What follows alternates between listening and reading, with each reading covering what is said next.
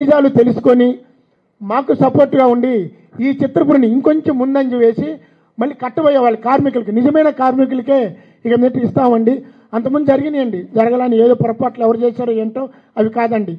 దయచేసి ఈ కమిటీ ఇన్ని సంవత్సరాలు నిజంగా మా కమిటీలో ఏ ఒక్కరికి కూడా గొడవలు తగాదాలు లేవండి.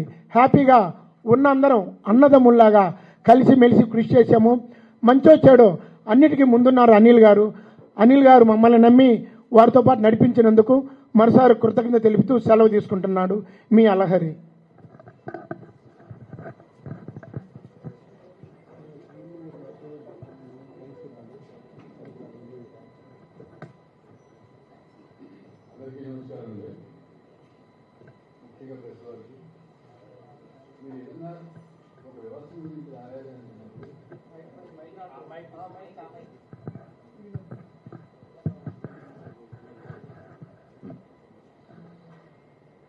రెండు వైపులా తెలుసుకొని రాస్తే అందరికీ బాగుంటుంది. ఇందులో నిజానిజాలు తెలుస్తాయి. ఇప్పటివరకు మీరు సహకరించినందుకు కృతజ్ఞతలు తెలియజేసుకుంటున్నాను. Thank you. రామకృష్ణ.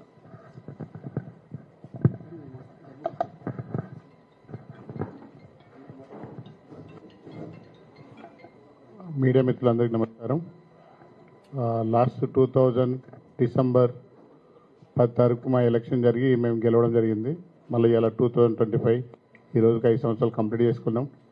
ఈ 5 సంవత్సరాలు ఏం చేసినామని వెనక చూసి ముంగడి చూస్తే మేమైతే మ్యాక్సిమం 80% వర్క్ చేసినామని చెప్పగలుగుతాను నేను. ఎంఐజీ ఏ పొజిషన్ ఉండేనో ఎంఐజీలో ఉన్న కుటుంబ సభ్యులందరికీ తెలుసు. ఎంఐజీలో ఇలా స్థానికంగా ఇళ్లలో ఉండి చిన్న చిన్న ప్రాబ్లమ్స్ ఉన్నాయి, లేవని కూడా అనలేము, కానీ అవి కూడా కంప్లీట్ చేస్తాము. అలాగే డూప్లెక్స్ కూడా మా ఆధ్వర్యంలో జరిగింది. అలాగనే రోజులు అంతకుముందు ఒక 2-3 ఉండేది, ఇప్పుడు 180 మంది ఇక్కడ స్టే చేస్తున్నారు. దాంట్లో కూడా కొందరు వ్యతిరేకంగా ఉన్నారు. ఆ వ్యతిరేకంగా నుంచి అది కంప్లీట్ కాలేకపోయింది. వాళ్ళకు ఆ సమాధానం రోజ్ మెంబర్లే సమాధానం చెప్తారు వాళ్ళకి. సో ఏదైనా కానీ మేము మంచి చేసామని అనుకుంటున్నాము, మంచి చేస్తూ ముందుకు పోతాము. మళ్ళీ ఇంకోసారి మాకు అవకాశం ఇస్తే ఈ 5 ఏళ్లల్లో వల్లభనేని అనిల్ గారి ఆధ్వర్యంలో ఈ ప్రాజెక్ట్ మొత్తం కంప్లీట్ చేసేసి ముందుకు పోతామని చెప్పి తెలియజేస్తున్నాం. Thank you.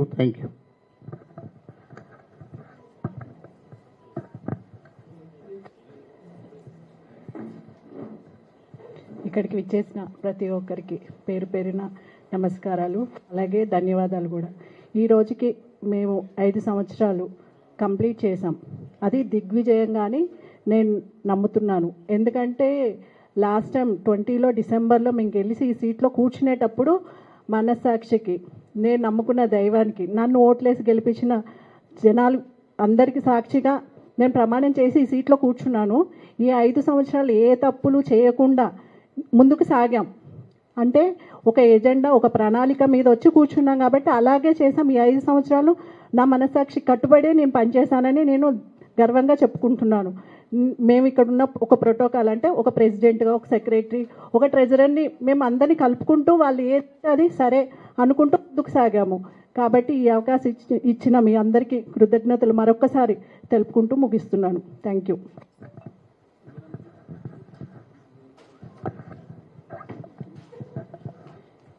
ఓం నమ శివాయ. అందరికీ నమస్కారాలు. ఇవన్నీ అంటే ఈ 5 సంవత్సరాల్లో ఎంత అభివృద్ధి జరిగిందో ప్రతి ఒక్క నెంబర్కి తెలుసు, ప్రతి ఒక్కళ్ళ ఇళ్లలో ఉండే వాళ్ళందరికీ తెలుసు. నేను, మా కమిటీ, మేమందరం కూడా అనిల్ అనే ఈజ్ ఎ గ్రేట్ పర్సన్. ఎందుకు చెప్తున్నానంటే మన చిత్రపూరి కాలనీని ఆసియాలోనే నెంబర్ 1గా తీర్చిదిద్దాలనే ఆయన సంకల్పం. ఆ సంకల్పంలో మేము కూడా ఆయనకు తోడుగా ఉన్నందుకు మా అదృష్టంగా భావిస్తున్నాం. ఇక 5 సంవత్సరాల అభివృద్ధి కేసులు ఇవన్నీ పటాపంచలు అయిపోయినాయి. దయచేసి మా అందరూ ఇక 4-5 రోజుల నుంచి పేపర్లో వచ్చాయని మీ అందరికి కూడా తెలుసు. ఎంక్వైరీ జరిగింది, దాని మీద ఏం జరిగింది, ఎవరెవరు అభియోగాలు ఎలా చేస్తే గవర్నమెంట్ ఎలా యాక్షన్ తీసుకుందని మీకు తెలుసు. వాటి వివరాలన్నీ కూడా మీ ముందర మా ప్రెసిడెంట్ గారు అంటి పెడతారు. ఫర్దర్గా కూడా అంటే ప్రతి ఒక్కళ్ళ నమ్మకం అనిల్ అని ఉంటేనే ఈ ప్రాజెక్టు చేయగలుగుతాడు అనేది అందరికీ తెలిసిన విషయమే. ఇది మళ్ళీ మేము కొత్తగా మా గురించి మేము చెప్పుకోవాల్సిన అవసరం లేదు. ఎనీహో అంతా మంచి జరగాలని ఆయన నమ్ముకున్న కనకదుర్గమ్మ సాక్షిగా, శివుడు సాక్షి, వీళ్ళందరూ సాక్షిగా ఈ చిత్రపూరి కాలనీని మా కమిటీ డెవలప్ చేసి ముందరికి తీసుకెళ్తామని మీ అందరి సాక్షిగా తెలియపరుస్తూ నాకు ఈ మధ్యనే నాకు అవకాశం వచ్చింది, అవకాశం కల్పించిన మా ప్రెసిడెంట్ గారికి, కమిటీ వారి అందరికీ కూడా నా కృతజ్ఞతలు తెలుపుతూ ఫర్దర్గా ఇక భగవంతుడు ఏ నిర్ణయం తీసుకుంటే ఆ నిర్ణయానికి మేమందరం కట్టుబడి ఉంటామని చెప్పి మనస్ఫూర్తిగా తెలియజేసుకుంటూ ఓం నమః శివాయ.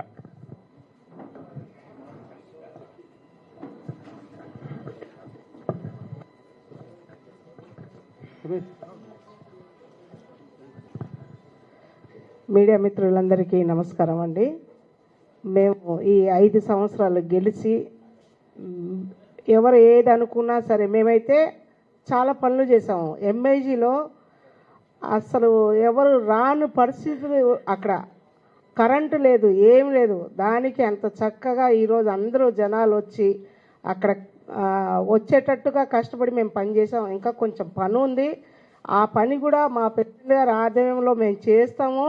మేము ఈరోజు మా అనిల్ గారిని పొగడటం అని కాదండి, మా అందరి మనసాక్షికి తెలుసు, ఆయనకు తెలుసు, జనాలకు కూడా తెలుసు. అలాంటి వ్యక్తి అనేది ఈ సొసైటీకి అవసరం.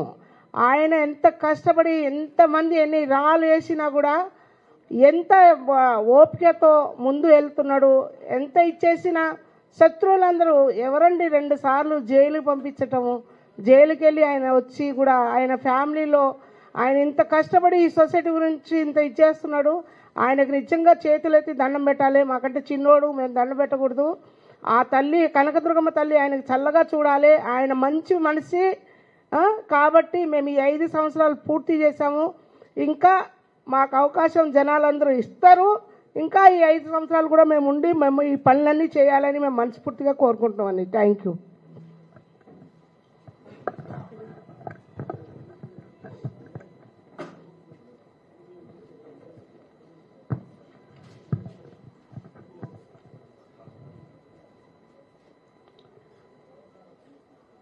పాత్రికేయ మిత్రులందరికీ పేరు పేరున నమస్కారాలు. యాక్చువల్లీ ఈరోజు డిసెంబర్ 10వ తేదీ మీ అందరికీ కూడా తెలుసు. 2020 డిసెంబర్ 10 అంటే ఇక్కడ చాలా కన్నుల పండగగా పెద్ద ఎత్తున హేమీల మధ్యలో ఇక్కడ ఎలక్షన్ జరిగిన విషయం కూడా మీ అందరికీ కూడా తెలుసు. ఏది ఏమైనా తెలుగు సినీ workers cooperative housing society limited doctor M Prabhakar Reddy Chitrapur colony యొక్క పాలక వర్గాన్ని 2020 డిసెంబర్ 10వ తేదీన సాయంత్రం సభ్యులందరి యొక్క ఆమోదంతో ఈ వేదిక మీద ఉన్న మా 11 మందిని ఎన్నుకోవడం జరిగింది. ఆ రోజు ఆ డిసెంబర్ 10వ తేదీ అర్ధరాత్రి రిజల్ట్ వచ్చింది. ఆ రోజు గెలిచామని ఆనందం, ఎందుకంటే నాకు మొత్తం కూడా తెలుసు కాబట్టి. ఆ రోజు పోటీ కూడా మీకు తెలుసు. హేమీలందరూ ఇండస్ట్రీ పెద్దలు, చాలా అతిరథ మహారథులు అందరూ కూడా చిత్రపూర్ కాలనీలో పోటీ చేశారు. కానీ అందరినీ కూడా కాదని సభ్యులందరూ కూడా, చిత్రపూర్లో ఉన్న సభ్యులందరూ కూడా ఈ వల్లభని అనిల్ కుమార్, వినోద్ బాల ప్యానల్ని ఆశీర్వదించి మా 11 మందిని కూడా గెలిపించడం జరిగింది. ఆ రోజే ఒక సవాల్ అనుకున్నాము, ఎందుకంటే అప్పటికే చిత్రపూర్ కాలనీ ఎన్నో ఒడిదుడుకు ఎదుర్కొంటూ ఉంది. ఒక పక్క మెయిన్గా ప్రాబ్లం అక్కడ చిత్రపూర్ కాలనీ గతంలో తీసుకున్న లోను కట్టలేక ఎన్పిఐ అనే విషయం మీ అందరికీ కూడా తెలుసు. అప్పటికే అకౌంట్లో డబ్బు పడితే ప్రతి ఫ్రైడే బ్యాంక్ వాళ్ళు తీసుకోవడం జరుగుతూ ఉండేది. అటువంటి బాగా క్రిటికల్ టైం కూడా మేము ఎదుర్కొంటూ, ఆ తర్వాత మా ముందున్న లక్ష్యాలు చాలా ఉన్నాయి.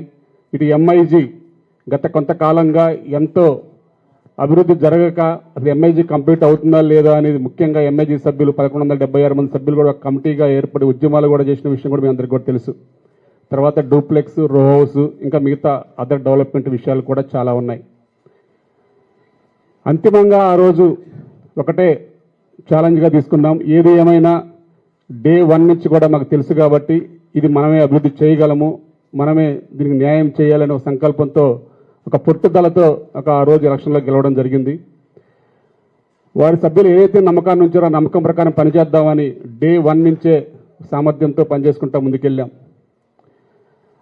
అప్పుడు ఎలక్షన్స్లో ఓడిపోయిన వాళ్ళు కొన్ని రోజులు ఏదో సరే ఆవేశంగా ఉంటారు కదా, మాట్లాడతారు కదా, వాళ్ళ తర్వాత సర్దుకుంటారులే అనుకొని మేము కూడా సరే ఇప్పుడు ముందు మనకి బాధ్యతలు ఉన్నాయి, ఆ బాధ్యతలు నెరవేర్చుకోవాలి తప్ప వాళ్ళ మీద ఫోకస్ కాదు అని ఎప్పటికప్పుడు నెట్టుకుంటా వస్తూ ఉన్నాం. ఆ రోజు అందరికీ కూడా తెలుసు, మాకు డిసెంబర్ 10, 2020 నాటికే 135 కోట్ల రూపాయలు అప్పులు ఇచ్చారు. ఆ విషయం క్లియర్గా అందరికి కూడా తెలుసు. ఆ విషయం ఆ వెంటనే అప్పటికే 51 ఎంక్వైరీ జరుగుతుంది. అప్పటికే IVRCL 46 కోట్ల రూపాయలు అడ్వాన్సులు తీసుకొని వెళ్ళిపోయింది. యువర్స్ కన్స్ట్రక్షన్ 34 కోట్ల రూపాయలు తీసుకొని అడ్వాన్స్ తీసుకొని వెళ్ళిపోయింది. EWNS SLN కంపెనీ వారికి 14 కోట్ల అడ్వాన్సులు తీసుకొని వెళ్ళిపోయారు. ఒక SVRM కంపెనీ మాత్రమే 8 కోట్లు ఆ రోజు అడ్వాన్సులు ఉన్నా కానీ ఇక్కడ ఆ పని చేస్తుంది కాబట్టి ఆ బిల్ సర్టిఫై కావాలి కాబట్టి మిగతా అంతా ఉంది. అప్పటికే ఒక 20 కోట్లు SBI బ్యాంక్ కట్టలేక బ్యాంక్ అప్పు ఉంది.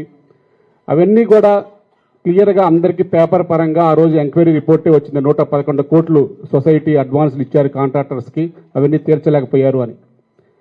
ఆ విషయం పబ్లిక్ అందరికీ తెలుసు, పేపర్ పరంగా ఉంది, అందరికీ కూడా తెలుసు. అటువంటి క్లిష్ట పరిస్థితుల్లో మేము బాధ్యతలు చేపట్టినప్పటికీ ఒక్క రూపాయి కూడా అకౌంట్లో డబ్బులు లేవు. అప్పుడు ఏం చేద్దామని చెప్పేసి ప్రతిదీ కూడా కమిటీలో మాట్లాడుకొని అప్పుడు డూప్లెక్స్ సభ్యుల మీద ఒక 10 లక్షల రూపాయలు, రో హౌస్ మీద ఒక 20 లక్షలు పెంచుదామని మీటింగ్లు పెట్టుకున్నాం. పెట్టుకుంటే వారు మేము ఇప్పటి నుంచో ఫస్ట్ కట్టాము, మా మీద పెంచితే ఎలా అని చెప్పేసి వారు మాట్లాడటం, వారి బాధలు వారు చెప్పడంతో 4.5 లక్షలు మాత్రమే పెంచుకున్నాం.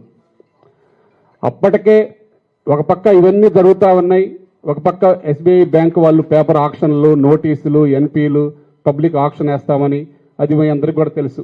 సరే ఏది ఏమైనా ఈ విషయాలు చాలాసార్లు చెప్పాను.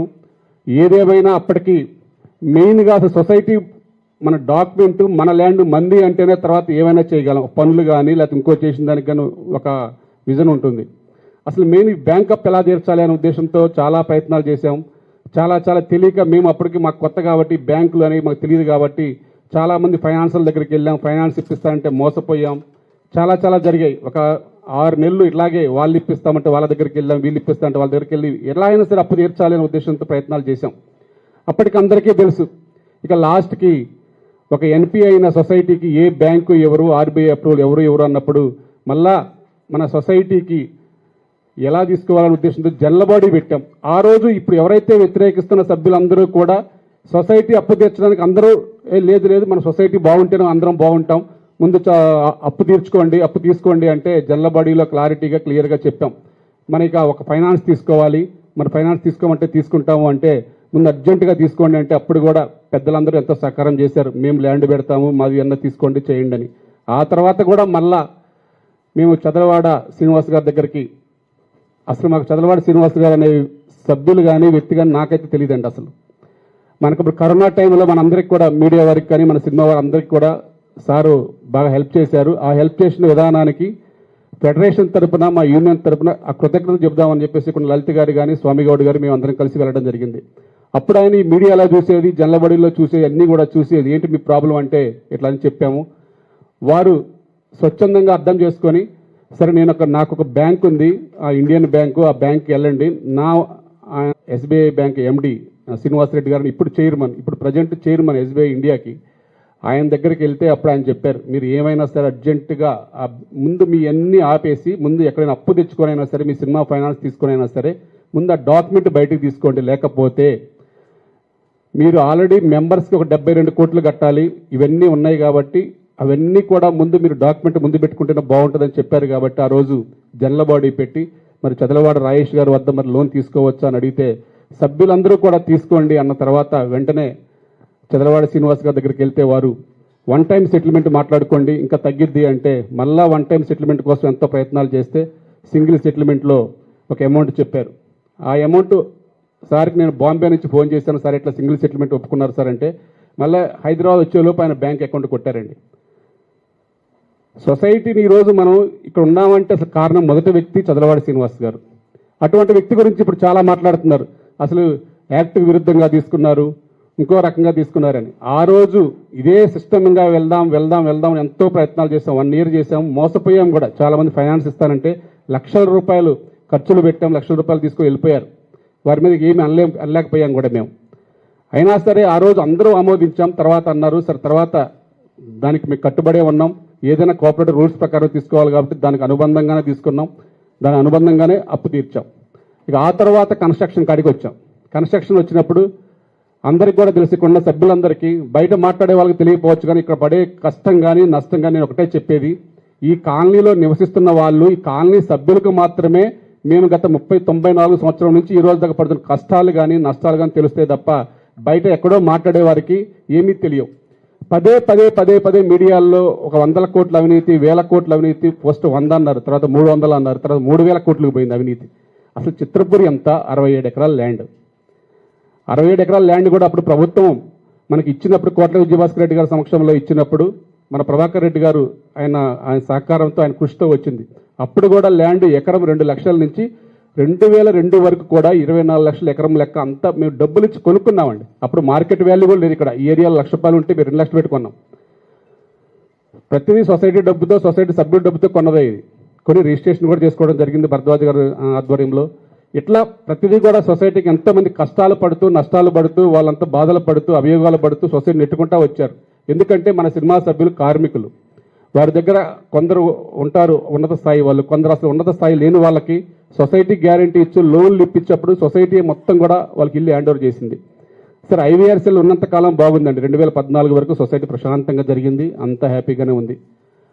14 తర్వాత ఐవీఆర్సీలు ఐపీ పెట్టడంతో ఇంకా కష్టాలన్నీ సొసైటీకి స్టార్ట్ అయినాయి. ఈలోపు కాంట్రాక్టర్లు మేం చేస్తామని చెప్పేసి కొందరు నాయకుల్ని మభ్యపెట్టి వారితో సమన్వయం చేసుకొని వారితో మెంబర్స్ దగ్గర నుంచి ప్రేరేపించి కాంట్రాక్ట్స్కి ఎక్కువ అడ్వాన్స్లు ఇవ్వండి, అడ్వాన్స్లు లేకపోతే పని ఎట్లా చేస్తారని చెప్పేసి వారితోనే పోరాడిపించి అంతా ఒక మ్యానుపులేటింగ్గా గేమ్ లాగా చేసి టోటల్గా ఎంఐజీని కానీ, డూప్లెక్స్ని కానీ, రోవర్స్ని కానీ పని కంప్లీట్ కాకుండా చేశారు. సరే, అంతిమంగా ఇవన్నీ నాకు తెలుసు కాబట్టి అప్పుడు గత కమిటీలో ఉన్నప్పుడు కూడా మేము 2015 నుంచి 20 దాకా కమిటీ నెంబర్ని అప్పుడే మేము వ్యతిరేకించి విభేదించి కమిటీ సభ్యులను పోస్టులు కూడా మార్చాం. మీ అందరికీ కూడా తెలుసు.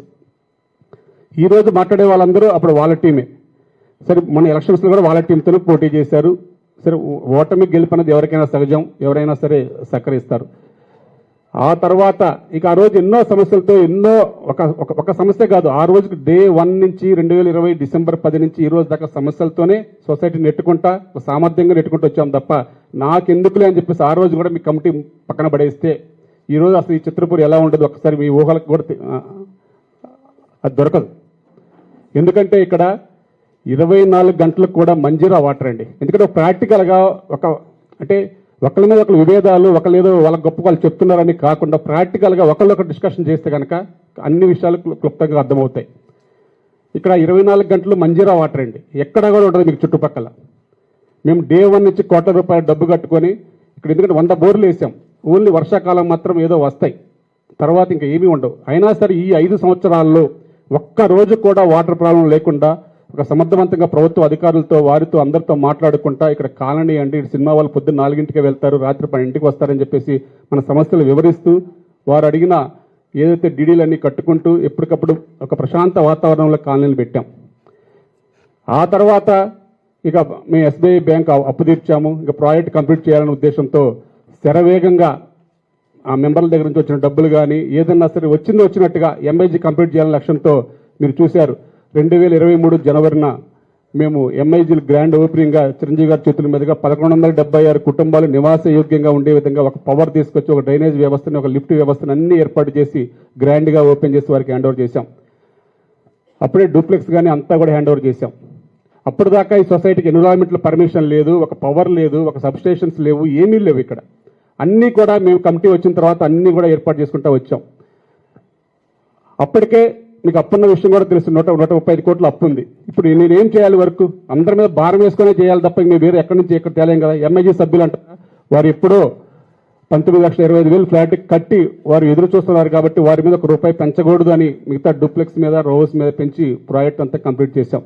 ఇక 2023 జనవరిలో మీ అందరికి కూడా తెలుసు, అప్పటికే ఈ కమిటీ చాలా స్పీడ్గా 1 ఇయర్లోనే 2021 డిసెంబర్ దాకా ఈ లోన్ తీర్చుకోవటం, ప్రాజెక్ట్ చిన్నగా కంప్లీట్ చేసుకోవటం, ఈ 51 ఎంక్వైరీ ఎప్పుడున్న కాంట్రాక్ట్లు అడ్వాన్సులు తీసుకెళ్లిపోయిన వాళ్ళ మీద 51 ఎంక్వైరీ సహకరించడం, అవన్నీ చేసుకుంటూ వచ్చాం. 1 ఇయర్లో ప్రాజెక్ట్ అంతా కంప్లీట్ చేసామండి చాలా స్పీడ్గా. రిజిస్ట్రేషన్లు అప్పటి వరకు 2016 నుంచి 2021 వరకు రిజిస్ట్రేషన్ కూడా జరగకపోతే ఇక్కడ ఈ కమిటీ ఒక సమర్థమైన డెసిషన్ తీసుకొని అప్పుడున్న 2020లో ఉన్న సెక్రటరీని తీసివేసి మళ్ళీ దొరై గారిని సెక్రటరీగా పెట్టుకున్న తర్వాత చాలా స్పీడ్గా రిజిస్ట్రేషన్లు కూడా చేశాం. సుమారు 1500 రిజిస్ట్రేషన్లు చేశాం. అందరికీ ఇల్లు హ్యాండ్ ఓవర్ చేశాం. అందరూ ప్రశాంతంగా ఉంటున్న టైంలో కరెక్ట్గా 2023 జనవరిలో ఇదే మనుషులు తీసుకొచ్చి ఒక 336 అక్రమ రిజిస్ట్రేషన్లు తీసుకొచ్చారని చెప్పేసి ఒక ఆర్డర్ తీసుకొచ్చారు. అక్కడ నుంచి 2023 జనవరి నుంచి సొసైటీ టోటల్గా స్తంభించిపోయింది. ఒక రిజిస్ట్రేషన్స్ లేవు. తీసుకున్న సభ్యులు మా రిజిస్ట్రేషన్ అయిద్దా కాదని తెలియదు. ఆ ఉన్న సభ్యులు మా రిజిస్ట్రేషన్ మీద మరి ఇట్లా ఆర్డర్ వచ్చింది మరి ఏంటి అనేది వాళ్ళ ఆవేదన, ఇవందరూ ఆవేదన. అయినా సరే అందరికీ సమర్థవంతంగా సమాధానాలు చెప్పుకుంటూ న్యాయ పోరాటం చేసుకుంటూ అన్ని నెట్టుకుంటూ 2023 నుంచి కూడా మళ్ళా రిజిస్ట్రేషన్లు ఆగిపోయినా కానీ చిన్న ఇక్కడ ఉన్న పని కూడా ఆగిపోకూడదు ఉద్దేశంతో మళ్ళీ అక్కడ ఇక్కడ డబ్బులు తీసుకొని రావటం, మళ్ళీ ఉన్న వాళ్ళ దగ్గర ఎవరైతే బకాయిలు ఉన్నారో వాళ్ళ మీద వాళ్ళకి నోటీసులు రాసి వాళ్ళ దగ్గర నుంచి డబ్బులు తెచ్చుకొని అంతిమంగా ప్రాజెక్ట్ అయితే కంప్లీట్ చేయగలిగామండి. ఆ తృప్తి అయితే ఈ కమిటీకి తప్ప ఎవరికి రాదు. సభ్యుల యొక్క సంతోషమే ఈ కమిటీ యొక్క లక్ష్యంగా పనిచేసుకుంటూ వెళ్ళాం. ఇక అప్పుడు మీకు తెలుసు ఇక పదే ఆరోపణలతో ఇప్పుడు ఎవరైనా సరే పదే ఒక మనిషి దగ్గరకు వచ్చి సొసైటీలో అంత జరుగుతుంది నిజమే అనుకుంటారు ఎవరైనా 10 సార్లు. అదే వాళ్ళకే వేరే పని లేదు. మంత్రుల దగ్గరికి వెళ్ళడం, అధికారుల దగ్గరికి వెళ్ళడం, పోలీసు వారి దగ్గరికి వెళ్ళడం, ఎవరి దగ్గరికైనా వెళ్ళి ఇదే చెప్తున్నారు తప్ప సొసైటీ పరిస్థితి ఏంటి, ఈ కమిటీ పాత్ర ఏంటి, ఈ కమిటీలో ఏం జరిగింది, ఎలా జరుగుతుంది అనేది ఎవరు కూడా తెలుసుకోకుండా కొందరు ఇక వివిధ రకాల డెసిషన్లు తీసుకుని వస్తారు. ఆ డెసిషన్లకి మేమే ఏకపక్షంగా అక్కడ ఎవరు వాళ్ళ యొక్క ఆవేదన కూడా ఒకటేనండి. మేము డే 1 నుంచి 23 జనవరి కాదు 20 నుంచి కూడా ప్రతి జనరల్ బాడీ సమావేశంలో ప్రతి మీటింగులో చాలా స్పష్టంగా క్లుప్తంగా చెప్తున్నాం వాళ్ళకి. అభియోగాలు ఒకరి మీద ఒకరు చాలా ఉంటాయి, కానీ మనం బయట చూసుకోవాలి తప్ప వ్యవస్థ మీద వచ్చినప్పుడు ఇట్లా పెద్దల సమక్షంలో కూర్చొని ఎలా ముందుకెళ్లాలో అనే ఒక సమస్యను పరిష్కరించుకోవాలి తప్ప ఒకరి మీద ఒకరు విమర్శలు కాదు. అంటే ఏ మీటింగ్ అయినా వస్తారు. ఇప్పుడు కూడా జనరల్ బాడీలో ఇప్పుడు నేను ఓపెన్గా నేను సభ్యులకు చెప్పుకున్నాను, చాలాసార్లు ప్రెస్ మీట్లు పెట్టుకున్నాను, ప్రెస్ మీట్లు చెప్పాను. ఏదైనా వస్తే ఓపెన్గా వచ్చి ఇది అని చెప్పడం వాళ్ళకి రాదు. మాట్లాడితే జనరల్ బాడీలు జరగకుండా 6 నెలలకు ఒకసారి జరిగే సమావేశం కూడా జరగకుండా కోర్టుకు వెళ్తారు, స్టేలు తీసుకొస్తారు. దానివల్ల ఇప్పుడు కూడా సొసైటీ వ్యవస్థ కుట్టుపడిపోతుంది. ఇప్పటికి కూడా సొసైటీ 175 కోట్లు అప్పు ఉందని నేను ఓపెన్గా ఎప్పటికప్పుడు పేపర్ పరంగా అందరికీ చూపిస్తుంటే 135 కోట్లు అప్పు ఉన్నదాన్ని ఇంకా అప్పు తీర్చింది మేమే, మళ్ళీ వేరే దగ్గర అప్పు తీర్చింది మేమే, ఉన్న ప్రాజెక్ట్ కంప్లీట్ చేసింది మేమే. మరి ఇంత కంప్లీట్ చేయాలంటే మరి డబ్బు తీసుకురాకపోతే ఎలా అవుతుంది? ఆ డబ్బు ఎలా వచ్చిందని వాళ్ళ పరిగణలో తీసుకోరు. మొన్న ఈ మధ్య మీరు చూశారు, ఈ ఎంక్వైరీ వచ్చిన తర్వాత 175 కోట్లు అని సర్వసభ్య సమావేశంలో అధ్యక్షుల వారే చెప్పారు. వారు ఇప్పుడు 45 కోట్లు ఎంక్వైరీలో వచ్చింది కాబట్టి 45 కోట్లు తీసేస్తే 125 కోట్లు ఇతని హయాంలో అయిందని ఆయనే ఒప్పుకున్నాడు కదా అంటున్నారు. మీరు అక్కడే చాలా క్లుప్తంగా అర్థం చేసుకోండి అసలు వాళ్ళకి నాలెడ్జ్ ఉందా లేదా అని. ఆ 43 కోట్లైనా గతంలో 135 కోట్లలో ఉన్న లోటు బడ్జెట్ ఎవరైతే కాంట్రాక్టులు తీసుకున్నారో దాన్ని ఇవ్వమన్నారు. అది ఇంకా నా అకౌంట్కి ఏం రాలేదు. ఆ తర్వాత అప్పటికే 135 కోట్లు అప్పు ఉందంటే ఇంక తర్వాత మళ్ళీ అప్పు యాడ్ అవుతా ఉంది తప్ప ఇంకా అప్పు తగ్గిపోదు కదా, మేము కడితే కదా అప్పు.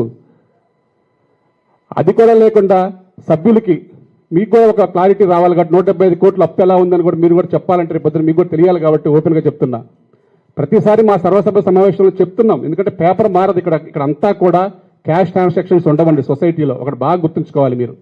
గవర్నమెంట్ ఆడిటింగ్ నడుస్తుంది. మరలా ముఖ్యంగా మీకు క్వశ్చన్ మార్క్ చెప్పాలంటే ఇదే 2023 వీరు ఎవరైతే అభియోగం చేశారో మా మీద అక్రమ రిజిస్ట్రేషన్ చేశారు, ఇష్టం వచ్చినట్టుగా చేస్తున్నారు అన్నారు. ఆ తర్వాత గౌరవ న్యాయస్థానం చెక్ పవర్ కూడా తీసేసింది మాకు. ఏదున్నా సరే గౌరవ న్యాయస్థానం డీసీఓ గారు అనుమతితో చేయండి అన్నాక డీసీఓ గారు ఏది చేసినా ప్రతి మంత్ మేము బిల్లు పెడితే ఆ బిల్లు అప్రూవల్ చేసి వారికి చెక్కులు ఇవ్వండి అంటారు. అప్పుడు మాత్రం మేము చెక్కులు ఇస్తాం. అంటే ఇంకెక్కడ అవినీతి జరిగింది? ఇక్కడ క్లుప్తంగా అన్ని చెక్ చేసుకొని చేస్తుంటే ప్రతి రూపాయికి ట్రాన్స్పరెన్సీ ఉంటే ఇక్కడ అయినా సరే ఒకటే స్వార్థం వాళ్ళలో ఉందా మాలో ఉందా మాకే అర్థం కావట్లా. ఇప్పుడు పదే ఏమంటారు, నువ్వేం తప్పు చేయబోతే నువ్వు 2 సార్లు ఎందుకు మరి జైలుకి వెళ్ళొచ్చావు అనేసి ఇంకో సభ్యులు క్వశ్చన్లు వేస్తారు.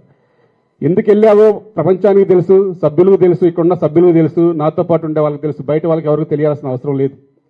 మా చిత్రపూర్లో నివాసం ఉండే సభ్యులు, చిత్రపూరి ఫ్లాట్ లబ్ధి పొందిన సభ్యులకు తెలుస్తారు ఆ బాధలేంటో, ఇక్కడ మేము పడే బాధలేంటని.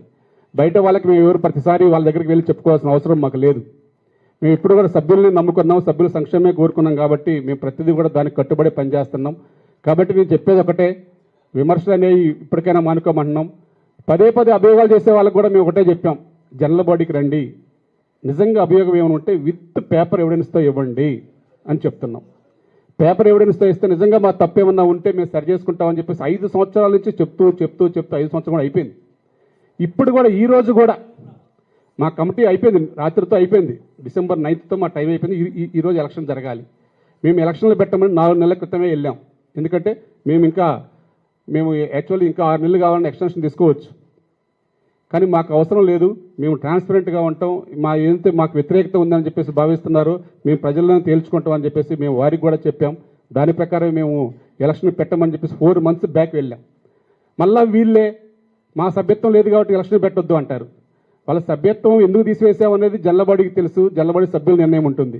ఈ రోజు అండి మీరు ఒకటి క్లారిటీ చూడండి, ఈ రోజుకి హైకోర్టులో 112 కేసులు వేశారు. 112 కేసులు అంటే ఒక ట్రాన్స్పరెంట్గా ఆలోచించండి. 112 కేసులు వాళ్ళు వేస్తారు, ఎవరికొకరు ఒక లాయర్ని పెట్టుకుని వాళ్ళు వేయడానికి ఈజీ. సొసైటీ ఒక లాయర్ని పెట్టాలంటే ఆ కేసుకు వాస్తవాలు చెప్పడానికి ఎంత ఖర్చు పెట్టాలో మీరు ఆలోచించేయండి. ఎన్ని కేసులు పెట్టినా నేను లాయర్లు పెడతాం సొసైటీ. ఈ లాయర్లు పెట్టే డబ్బంతా ఎవరిది? చిత్రపురి సభ్యులది. దాంట్లో ఏమన్నా ఉందా అంటే ఏమీ ఉండదు, ఒకటే ప్రేయర్ ఉంటుంది. Day 1 నుంచి ఈ చిత్రపురి కమిటీని తీసేయండి, స్పెషల్ ఆఫీసర్ని వేయండి. ఏం తప్పు చేస్తుందని కమిటీ చెప్పమంటే మళ్ళీ అది చెప్పరు. అన్ని ఈ రోజు ఆల్రెడీ కమిటీ టైం అయిపోయింది. ఈ రోజు కూడా హైకోర్టులో కమిటీని తీసేయండి అంటారు. అసలు వాళ్ళకి మరి నాయడ్జ్ ఉందో లేదో నాకు అర్థం కావట్లేదు. రాత్రే మేమే పక్కకు పోయాం, మళ్ళీ మమ్మల్ని తీసేసేది ఇంకా. ఇప్పుడు దానికోసం మళ్ళీ ఇంకో లాయర్ని పెట్టి మళ్ళీ మేము ఒక లాయర్కి ఇంకో ₹1,00,000 ఫీజు ఇవ్వాలి. అసలు ఏమన్నా అర్థం ఉందా అని వాళ్ళకి అనేది. ఇట్లా వ్యక్తిగతంగా దోషాల్లో వ్యక్తిగత అభిప్రాయాలు తప్ప ఇక్కడ ఏమి లేదండి. ఇక్కడ సరే ఆ 4-5 అంటారు, ఆ 4-5 కూర్చొని మాట్లాడొచ్చు కదా అని చెప్పేసి చాలామంది సభ్యులు కూడా మాకు సలహాలు చెప్పారు. ఆ సభ్యులతో ఇదే మీడియా అధికారుల సమక్షంలో, మీడియా పెద్దల సమక్షంలో, ప్రభుత్వ అధికారుల సమక్షంలో, మంత్రుల సమక్షంలో కూర్చున్నాం. ఏదైనా అభియోగం ఉంటే అక్కడ చెప్పరు, అక్కడేమంటారు, నా వాళ్ళకి 10 మంది సభ్యుల్ని తీసేశారు, నాకు 10 మంది సభ్యులకి ఇవ్వమనండి, నేను తప్పుకుంటాను అంటారు. అలా ఇచ్చే పరిస్థితి ఇక్కడ లేదు కాబట్టి నేను ఇంత ఎదుర్కొంటున్నా, ఇన్ని అవమానాలు పడుతున్నా, ఇంత చేస్తున్నా. ఒకప్పుడు వాళ్ళే అంటారు నిజమైన సినీ కార్మికుడికి ఇవ్వట్లేదు, ఇక్కడ అంతా బ్యాంకు వాళ్ళకి, ఎవరికి రాజకీయ నాయకులకి, పోలీసు వాళ్ళకి అనిల్ ఇస్తున్నాడు అన్నారు. మేము ఈ కమిటీ వచ్చిన తర్వాత గతంలో ఏమైనా తప్పులు జరిగాయో లేదని నేను గత కమిటీ గురించి ఎప్పుడూ మాట్లాడను కూడా. మేము వచ్చిన తర్వాత 90% ఆబ్లికేషన్స్ ఏమన్నా ఉంటే అది కూడా సినిమా వాళ్ళకి విధి రకాలు తీసివేసిన వాళ్ళు కానీ ఇట్లా ఆబ్లికేషన్స్ ఉంటే ఏమైనా 10% ఏమైనా ఇచ్చావేమో, కానీ 90% నిజమైన సినీ కార్మికులు కాని వాళ్ళని తీసివేసి సినీ కార్మికులకే మేము ఇచ్చాము, మేము దానికి కట్టుబడి ఉన్నాము. దానికి ఉదాహరణగా మీకు చెప్పాలంటే ఒకటే, 336 అక్రమ రిజిస్ట్రేషన్ చేశారని చెప్పేసి నా మీద ఎన్ని అభియోగాలు చేశారు. ఆ 336 అక్రమ రిజిస్ట్రేషన్లు కూడా కేసు కూడా కొట్టివేసి వారం రోజులైంది. నిన్ననే నా చేతికి ఆర్డర్ కూడా వచ్చింది. ఇంకా వాళ్ళకి తెలియదు పాపం ఇంకా ఆర్డర్. ఇప్పుడు తెలిస్తే మళ్ళీ దాని మీద కొత్తగా మాట్లాడతారు రేపు మీ ముందే. 336 రిజిస్ట్రేషన్లు ఏదైతే అక్రమంగా చేశారని చెప్పేసి మొత్తం కోడే ఎక్కువసారో ప్రపంచం అంతా కూడా అదే న్యాయస్థానం 336 రిజిస్ట్రేషన్లు కేసు కొట్టివేసి మన ప్రభుత్వ అధికారులకు డీసీఓ గారికి వెరిఫై చేసి వాళ్ళ రిజిస్ట్రేషన్ పర్మిషన్ ఇవ్వమని చెప్పేసి ఆర్డర్స్ కూడా ఇచ్చారు. ఇంకా ఎక్కడ నాకు తెలిసినా సరే ఈ 4 రోజుల నుంచి నేను ఎక్కడ సభ్యులకు కూడా చెప్పాల, వాళ్ళకు మెసేజ్ పెడితే వాళ్ళు హ్యాపీగా ఫీల్ అయ్యేవాళ్ళు. కానీ మన కాల పరిమితి అయిపోయిన తర్వాత వాళ్ళకి చెప్దాము, ఎట్లయినా డీసీఓ గారు వాళ్ళ ఎంక్వైరీ చేయాలి కాబట్టి వారి దగ్గర నుంచి రావాలి కాబట్టి అని చెప్పేసి నేను ఈరోజు చెప్దామని చెప్పలే. ఇంకా నా మీద ఉన్న అభియోగం ఒక బ్యాంకు లోన్ తీసుకున్నానని 336 అక్రమ రిజిస్ట్రేషన్ చేశానని, అక్రమ రిజిస్ట్రేషన్ లేవు అని న్యాయస్థానమే కొట్టేసింది. ఇంకా నేను చేసిన తప్పేంటి? ఇప్పుడు సొసైటీలో 120 కోట్లు ఇంకా అవినీతి చేశాడని చెప్పి ఇప్పుడు కొత్తగా ఎత్తారు నిన్నటి నుంచి. ఈ కమిటీ చేసింది 120 కోట్లని. మేమే ఎంక్వైరీ వేయమని కూడా మేమే కోరుకుంటున్నాం. ఎందుకంటే నిజాయితీగా ఉండాలంటే ఎంక్వైరీ మనకు ఫైనల్. ఎంక్వైరీ రిపోర్ట్ చేస్తే క్లియర్గా అర్థమవుతుంది. మీకు గతంలో కాంట్రాక్ట్కి అడ్వాన్స్ ఇచ్చారు, ఇప్పుడు మేము గతంలో ఉన్న లాగా కాదు. ఇప్పుడు కాంట్రాక్ట్కి మేము సొసైటీ నుంచి డబ్బు ఇవ్వాలి. ఇప్పుడు చేసిన పనికి డబ్బు ఇవ్వక పనులు ఆగిపోతున్నాయి. ఇక్కడ ఇంత కష్టపడుతూ పనిచేస్తున్నా కానీ, ఎన్ని నిందలు పడ్డా కానీ చేసేది ఒకటే, చిత్రపూర్ లక్ష్యంగా పనిచేస్తున్నాం, చిత్రపూర్ అభివృద్ధి కోసం పనిచేస్తున్నాం, చిత్రపూర్ సంక్షేమం కోసం. ఎవరైతే ఇక్కడ మీరు చూసింటారో చిన్న ఆసియాలో నెంబర్ 1 అన్నది ఇందాక, ఇక్కడ 4213 కుటుంబాలు నివాసం ఉంటాయండి. ఇక్కడ 1-2 కాదు, ఇంకా ఒక 600 ఇళ్ల కోసం మేము ప్రణాళిక తయారు చేసుకున్నాం. మొత్తం కూడా 5000 కుటుంబాలు ఉండే ప్రాంతం ఇది. 5000 కుటుంబాలను అన్నిటి ఒక ఏకతాటి మీద తేవాలంటే ఎంత కష్టం ఉంటుందో మీకు తెలుసు. కానీ అందరినీ కూడా సమన్వయం చేసుకుంటూ ఎక్కడ కూడా చిన్న చిన్న విభేదాలు వచ్చినా మేమే ఒక పెద్ద మనుషుల్లాగా వెళ్ళి అన్ని సాల్వ్ చేసుకుంటూ వస్తాం. ఈ 5గురిని మేము సాల్వ్ చేయలేకపోతున్నాం, చేయలేను కూడా.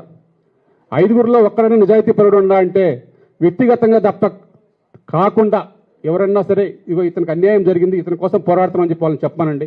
మేము అప్పటికే చెప్పాం మన జల్లబడిలో, నిజమైన సినీ కార్మికులు ఎవరో కాని వాళ్ళు ఎవరో నాకు తెలుసు. మిగతా వాళ్ళకి ఇక్కడ తెలుసో లేదో నాకు అంతగా తెలియదు, కానీ వాళ్ళకు కూడా తెలుసో లేదో నాకు తెలియదు. కానీ ఇక్కడ నిజమైన సినీ కార్మికుడు ఎవరు, కార్మికుడు కాకుండా వచ్చి జాయిన్ అయిన వాళ్ళు ఎవరు, ఎవరు త్రూ వచ్చారు, ఎలా వచ్చారు అనేది నాకు కూడా తెలుసు. కాబట్టి నేను ఈజీగా వాళ్ళు ఐడెంటిఫై చేయగలను. కాబట్టి వారందరినీ తీసివేసి నిజమైన సినీ కార్మికులు ఇప్పుడు ఉన్న అందరికీ కూడా, ఇప్పుడు మన ఫౌండర్ ప్రభాకర్ రెడ్డి గారు ఉన్నారండి. ప్రభాకర్ రెడ్డి గారికి ఆయన చనిపోయారు, వాళ్ళ ఫ్యామిలీ మొన్నటి వరకు రాలేదు, తర్వాత వచ్చారు. వారికి కూడా ఇల్లు లేదు ఈ రోజు దాకా. వారికి ఇల్లు కేటాయించాం. ఒక సినీ కార్మికుడు కాని వాళ్ళు ఇల్లు తీసేసి వాళ్ళకి కేటాయించాం. అది కూడా తప్పంటారు. ఇప్పుడు ఆ ఇల్లు నేను ఎవరికైనా బయట వాళ్ళకి ఏమైనా ఇస్తే అనుకోవాలి. తర్వాత గిరిబాబు గారికి కానీ వాళ్ళ ఫ్యామిలీకి కానీ, ఇట్లా ఉమాయూన్ గారికి కానీ, ఇట్లా ఇప్పుడు సుద్దాల అశోక్ తేజ గారు ఆయన సినిమా అతనే కదా, ఆయనకు కానీ, ఇట్లా మన సింగర్ మను గారికి కానీ, ఇటువంటి వాళ్ళకి ఇస్తున్నా కానీ వాళ్ళు మా ఫ్లాట్ తీసేయొద్దు, వేరే వాళ్ళ ఫ్లాట్లు తీసేయంటారు. మరి ఇది ఎక్కడ న్యాయం అవుతుంది? ఇప్పుడు వాళ్ళు ఒకటే సిద్ధాంతం మీద పోరాడాలి. ఎవరు పోరాడినా ఒక సిద్ధాంతం ఉండాలి. నిజమైన సినీ కార్మికుడు కాని వాళ్ళని తీసేయండి అని వాళ్ళే కొట్లాడుతున్నారు. కార్మికుడు కాని వాళ్ళని తీసివేసి నిజమైన సినీ కార్మికుడికి ఇస్తుంటే నా ఫ్లాట్ తీసేయొద్దు, వేరే వాళ్ళ ఫ్లాట్ తీసేయండి అంటారు మళ్ళీ వాళ్ళే.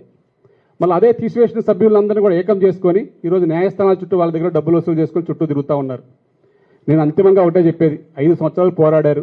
ఇప్పటికైనా సరే మీ దగ్గర ఏమన్నా ఉంటే పెద్దల సమక్షంలో కూర్చోండి, సొసైటీ అభివృద్ధి కోసం సహకరించమని కోరుతాను తప్ప నేను ఏమి వాళ్ళ గురించి ఒక విమర్శ కూడా చేయలేదు. ఈరోజు మాత్రం వాస్తవంగా ఓపెన్గా చెబుదాం అనుకున్నా, ఎవరైతే అభియోగాలు చేసే వాళ్ళకి నేను మొన్న జల్లబడి కూడా ఛాన్స్ ఇచ్చాను. వచ్చి మీ వివరణ చెప్పుకోండి, మీ ఎక్స్ప్లెనేషన్ చెప్పుకోండి, చెప్పుకుంటే సభ్యులు కనుక వాళ్ళు ఉపేక్షిస్తే మీ సభ్యత్వాలు తీసివేయమని. సరే, సభ్యత్వాలు రేపు న్యాయస్థానంలో రావచ్చు, పోటీ చేయొచ్చు. వాళ్ళు నేను పోటీ చేయడం గురించి మాట్లాడలేదు. వాళ్ళు రావాలని అనుకుంటాం, పోటీ ఉంటేనే మేము కూడా బాగుంటుందని అనుకుంటాం. కానీ సిస్టమ్ ప్రకారం చేయాలి కాబట్టి ఇలా ఒక కంట్రోల్ లేకపోతే ఎవరు నచ్చినట్టు వాళ్ళు చేస్తారు కాబట్టి అనేది మేము వాళ్ళ సభ్యత్వాలు జల్లబడిలో పెట్టి తీసివేశాం. రేపు న్యాయస్థానం ద్వారా వస్తే వాళ్ళు కూడా పోటీకి అడుగులే, మేము దాన్ని స్వాగతిస్తాం. కానీ ఒకటే చెప్పేది, ఇప్పటికైనా సరే ఎవరైతే ఉన్నారో 4 పేర్లు కూడా ఒకటే చెప్తున్నా. మద్దినేని రమేష్ గురించి నేను ఎప్పుడు కూడా ఒకటే చెప్పాను, ఆయనకి ఒక రోస్ అలాట్ అయిన మాట వాస్తవం, రోస్ నెంబర్ 57. ఆ తర్వాత ఆయన సినిమా ఆర్థిక కష్టాలతో ఆ ఇల్లు గత అధ్యక్షుల వారికి ఇచ్చేసి వేరే ఈడబ్ల్యూఎస్ ఫ్లాట్ తీసుకున్నాడు, E5104. ఆ తర్వాత అది కూడా అఫీషియల్గా ఫైమెన్ కమిటీ అలాట్మెంట్ చేసింది, నేను చేయలేదు, ఇంకో కమిటీ వాళ్ళు చేయలేదు. అయినా సరే అవన్నీ కూడా పక్కన పెట్టేసి ఆయన ఒక డైరెక్టర్స్ యూనియన్ ద్వారా ఒక 15 మంది సభ్యులను ఇక్కడ యూనియన్లో చేర్పిస్తే వారందరినీ కూడా తీసివేయడం జరిగింది. మేము తీసేయలేదండి, మళ్ళీ నేను తీసేసాను అనుకుంటారు. గతంలో దాసరి నారాయణరావు గారు చైర్మన్గా డైరెక్టర్స్ యూనియన్లో ఒక కమిటీ వేసి మా కార్డు ద్వారా చిత్రపూర్లో డైరెక్టర్స్ యూనియన్ కార్డులు ఇచ్చి, అప్పుడు ఆయన సెక్రటరీ డైరెక్టర్స్ యూనియన్లో జనరల్ సెక్రటరీగా ఉన్నారు కాబట్టి అక్కడ కార్డులు ఇచ్చేసి చిత్రపూర్లో సభ్యులుగా జాయిన్ చేశాడని చెప్పేసి వారు నిర్ధారణ చేసిన తర్వాత వారు తీసివేయమని డీసీఓ గారికి వాళ్ళకి లెటర్లు పెట్టడం జరిగింది. దానికి అనుగుణంగా గత కమిటీ ఇక్కడ అప్పుడు నేను కూడా ఉన్నాను కమిటీ మెంబర్గా, అప్పుడు మేము తీసివేయడం జరిగింది వారిని. ఇప్పుడు ఆయన ఒకటే ప్రేయర్, నా సభ్యుడు ఎవరైనా సరే మొత్తం ఎవరైతే తీసేసారో వాళ్ళందరికీ పెట్టండి, 4 రోజులు 4 డూప్లెక్స్లు పెట్టండి అని తప్ప వ్యక్తిగతంగా మరి ఆయన ఏం పోరాడుతున్నాడో ఒక రోజైనా మీకు ఏమైనా విజన్ డాక్యుమెంట్ ఇచ్చాడా? ఇంకోటి చెప్తారు, ఒక పెద్ద బుక్ పెట్టుకుంటారు ఎక్కడికి పోయినా. 2005లో అనిల్ పేరుంది, 2010లో అలహరి గారి పేరుంది, 2015లో లలిత్ గారి పేరుంది. ఎన్ని మార్పింగ్ జరిగాయి, ఇప్పుడంతా అస్తవ్యస్తంగా ఉంది అంటారు. నేను వచ్చింది 2020, నా ఓటర్ లిస్టు 2020 ఓటర్ లిస్టు, నాకు ఇచ్చిన రికార్డ్స్. నా రికార్డ్స్ పరంగా నేను పనిచేస్తానా? 2005 ఓటర్ లిస్టులు, 2005లో మెంబర్లు ఎవరు, 10లో ఎవరు అనేది నేను చూసుకుంటానా? Simple logic. ఇంత కట్టబెట్టుకొని వస్తారు మీ దగ్గరికి, మార్పింగ్, ఫోటో లేని వాళ్ళు ఓట్లు వేశారు, అది నా పరిధే, నా పనే. ఇప్పుడు రేపు ఎలక్షన్ జరుగుతాయి, అవన్నీ ఎవరు చెక్ చేస్తారు? ఆల్రెడీ ఎలక్షన్ అథారిటీ వాళ్ళు వచ్చారు, నెల రోజుల నుంచి ఇక్కడ ఓటర్ లిస్ట్ వెరిఫికేషన్ చేస్తున్నారు, అన్నీ చేస్తున్నారు. వాళ్ళు ఫైనల్ చేస్తారు ఏదైనా సరే. ఆ ఫైనల్ చేసిన దానికి ముందుకెళ్తాం. అవన్నీ పట్టుకొని ఒకటేసారి పదే చూపిస్తుంటే నిజంగా నేనేదో మార్పింగ్ చేశాను అనుకుంటారు. ఇప్పుడు నేను మార్పింగ్ చేస్తుంటే రేపు ఎలక్షన్ లిస్ట్ బయటికి రాదు కదా. ఏమంటే వాళ్ళ పేర్లు తీసేస్తారు, ఆ ఓట్లు తీసేస్తారు, స్వచ్ఛందంగా ఒక ఓటర్ లిస్ట్ వస్తుంది. దానికి కట్టుబడి ఉంటే కదా నువ్వు పోటీ చేసింది. ఈ అభియోగం తప్ప ఒక్క అభియోగం ఏమన్నా మీ దృష్టిలో ఉందా? ఇక కస్తూరి శ్రీనివాస్ గారి గురించి ఇక నేను మాట్లాడను. ఎందుకంటే ఇప్పుడు ఏది మాట్లాడినా ఎలా ఉంటుందంటే వారి గురించి నేను మాట్లాడితే నన్ను బెదిరించారు అని మళ్ళా నేను ఒక బెయిల్ మీద ఉన్నాను కాబట్టి వారి కేసులో వాళ్ళు అది కూడా ఏ చిన్న సందు దొరికినా వదిలిపెట్టట్లేరు అనమాట నా విషయంలో. కాబట్టి వారి గురించి నేను మాట్లాడి మీ అందరికీ కూడా తెలుసు. వారికి ఆల్రెడీ ఫ్లాట్ ఉంది ఇక్కడ, వారు ఆల్రెడీ ఇక్కడ లబ్ధి పొందారు. మరి సొసైటీ గురించి మరి ఆయనకి ఏముందో నాకు తెలియదు. నలుగురు కోసం పోరాడని చెప్పేసి గతంలో చెప్పారు. నలుగురు సభ్యులకు కూడా మేము ఫ్లాట్లు ఇచ్చాము, అందరికీ ఇచ్చాము. ఇప్పుడు ఎవరైనా సరే మేము ఒకటే అంతిమంగా ఒకటే చెప్తున్నాం, ఆయన సిద్ధాంతమే ఇది, సత్యమేవ జయతే అని. నిజమైన స్త్రీ కార్మికుడు తీసేయండి, కార్మికుడికి ఇస్తే చాలు, నేను పోరాటం విరమిస్తా అంటాడు. మరి ఇప్పుడు నిజమైన సినీ కార్మికులు మేము ఇస్తున్నాం బాబు రా. ఇప్పుడు ఆల్రెడీ ఏమన్నా నిజంగా సొసైటీ ఏమన్నా కావాలని చేసినట్టుగా ఏమైనా తప్పులు కనుక ఏమైనా సినిమా కార్మికులు ఇల్లు కోల్పోతే వారికి కూడా ఇచ్చే బాధ్యత మేమే తీసుకుంటామని చెప్పి మనం జనలబడి తీర్మానం కూడా చేశాం. ఇంక ఇంతకన్నా ఓపెన్గా మేము మాకు అయితే చేత కాదు, ఇంకెవరికి చేత కాదు అనుకుంటాను నేను. ఇంత ట్రాన్స్పరెంట్గా ఉన్నాం, ఇంత ఓపెన్గా ఉన్నాం కాబట్టి మేము ఒకటే చెప్పేది. ఇక మిగతా ఠాగూర్ గారు, ఇక ఠాగూర్ గారికి మాకు అసలు ముఖ పరిచయం లేదు, ఏ పరిచయం లేదు. ఆయనకు ఇల్లు ఉంది, ఆ ఇంటికి డబ్బు కట్టరు, ఆయన ఇల్లు తీసేయకూడదు. ఆయన ఇంటికి డబ్బు కట్టరు, ఆయన గురించి ఆలోచించేయడు. ఇక్కడ రో హౌస్లో ఒక 6 రోజులు కట్టారు, ఇందాక మా మిత్రులు చెప్పినట్టు. అది నేను కట్టలేదు, గత పాలక వర్గంలో కట్టాం, సభ్యుల కోరిక మేరకే కట్టాం తప్ప ఎవరు అప్పుడు కూడా ఏకపక్ష నిర్ణయాలను తీసుకోలేదు. ఆ ఇల్లు ఎవరైతే ఎక్స్ట్రా 6 ఇల్లు కట్టామో దాంతోపాటు ఇంకా 25 ఇల్లు 25 రో హౌస్లు కడితే అసలు చిత్రపూర్లో ఈ ప్రాబ్లమ్స్ ఉండేవి కాదండి. పర్మిషన్ 2017లోనే అప్లై చేశాం. సరే వివిధ రకాలుగా ఇంక మీకు తెలుసు, పర్మిషన్ రావాలంటే ఇంకంతా కూడా ఇక్కడ ఉన్న బఫర్లని ఇక అవి ఇవి అన్నీ ఉంటాయి కాబట్టి వివిధ రకాల ప్రయత్నాలు చేసుకుంటా వస్తూ ఉన్నాం. వస్తూ ఉండగా అప్పుడు ఒక 6 రోజులు ఎక్స్ట్రా కట్టారు, ఎందుకంటే మళ్ళీ కన్స్ట్రక్షన్తో పాటు కన్స్ట్రక్షన్ చేస్తేనే బాగుంటుందనే ఉద్దేశంతో కట్టారు. ఆ కట్టినప్పుడు వాళ్ళు ఏం మాట్లాడాల, ఓకే కట్టండి అని చెప్పేసి వాళ్ళే పర్మిషన్ ఇచ్చారు. మేము వచ్చిన తర్వాత ఆ ఇల్లు మాకు కేటాయించమంటారు వాళ్ళు.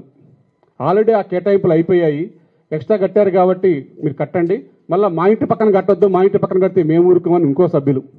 ఇట్లా వాళ్ళకే పడక వాళ్ళే కేసులు వేసుకొని 6 రోజులు కూడా కూలగొట్టించారు. ఆ రోజులు కూలగొట్టిన డబ్బులు ఎవరై మీ అందరికీ కూడా తెలుసు. ఇది పదే చాలాసార్లు చెప్పాను, ఇంకా మళ్ళా కూడా చెప్పడం కరెక్ట్ కాదు. ఏది ఏమైనా అంతిమంగా ఈరోజు ఒక మాట తక్కువ మాట్లాడినా సొసైటీ డబ్బే లాస్ అవుతుంది, ఒక మాట ఏమైనా ఒక ఇల్లు కూలగొట్టినా సొసైటీ డబ్బే లాస్ అవుతుంది, మళ్ళా కట్టినా సొసైటీ డబ్బుతోనే కట్టాలి. ఏది చేసినా ఇక్కడ సొసైటీ డబ్బుతో కట్టాలి కాబట్టి మాట్లాడే ముందైనా ఒక విమర్శ చేసే ముందైనా ఒక కేసు వేసే ముందైనా సరే ఫైనల్గా సొసైటీకి వచ్చి సంప్రదించి అది కరెక్టా కాదని తెలుసుకొని వేస్తే సొసైటీ డబ్బు కూడా మిగులుతుంది, అటు సభ్యులకు కూడా ఆదాయం ఉంటుందన్న ఉద్దేశంతో నేను చెప్తున్నాను.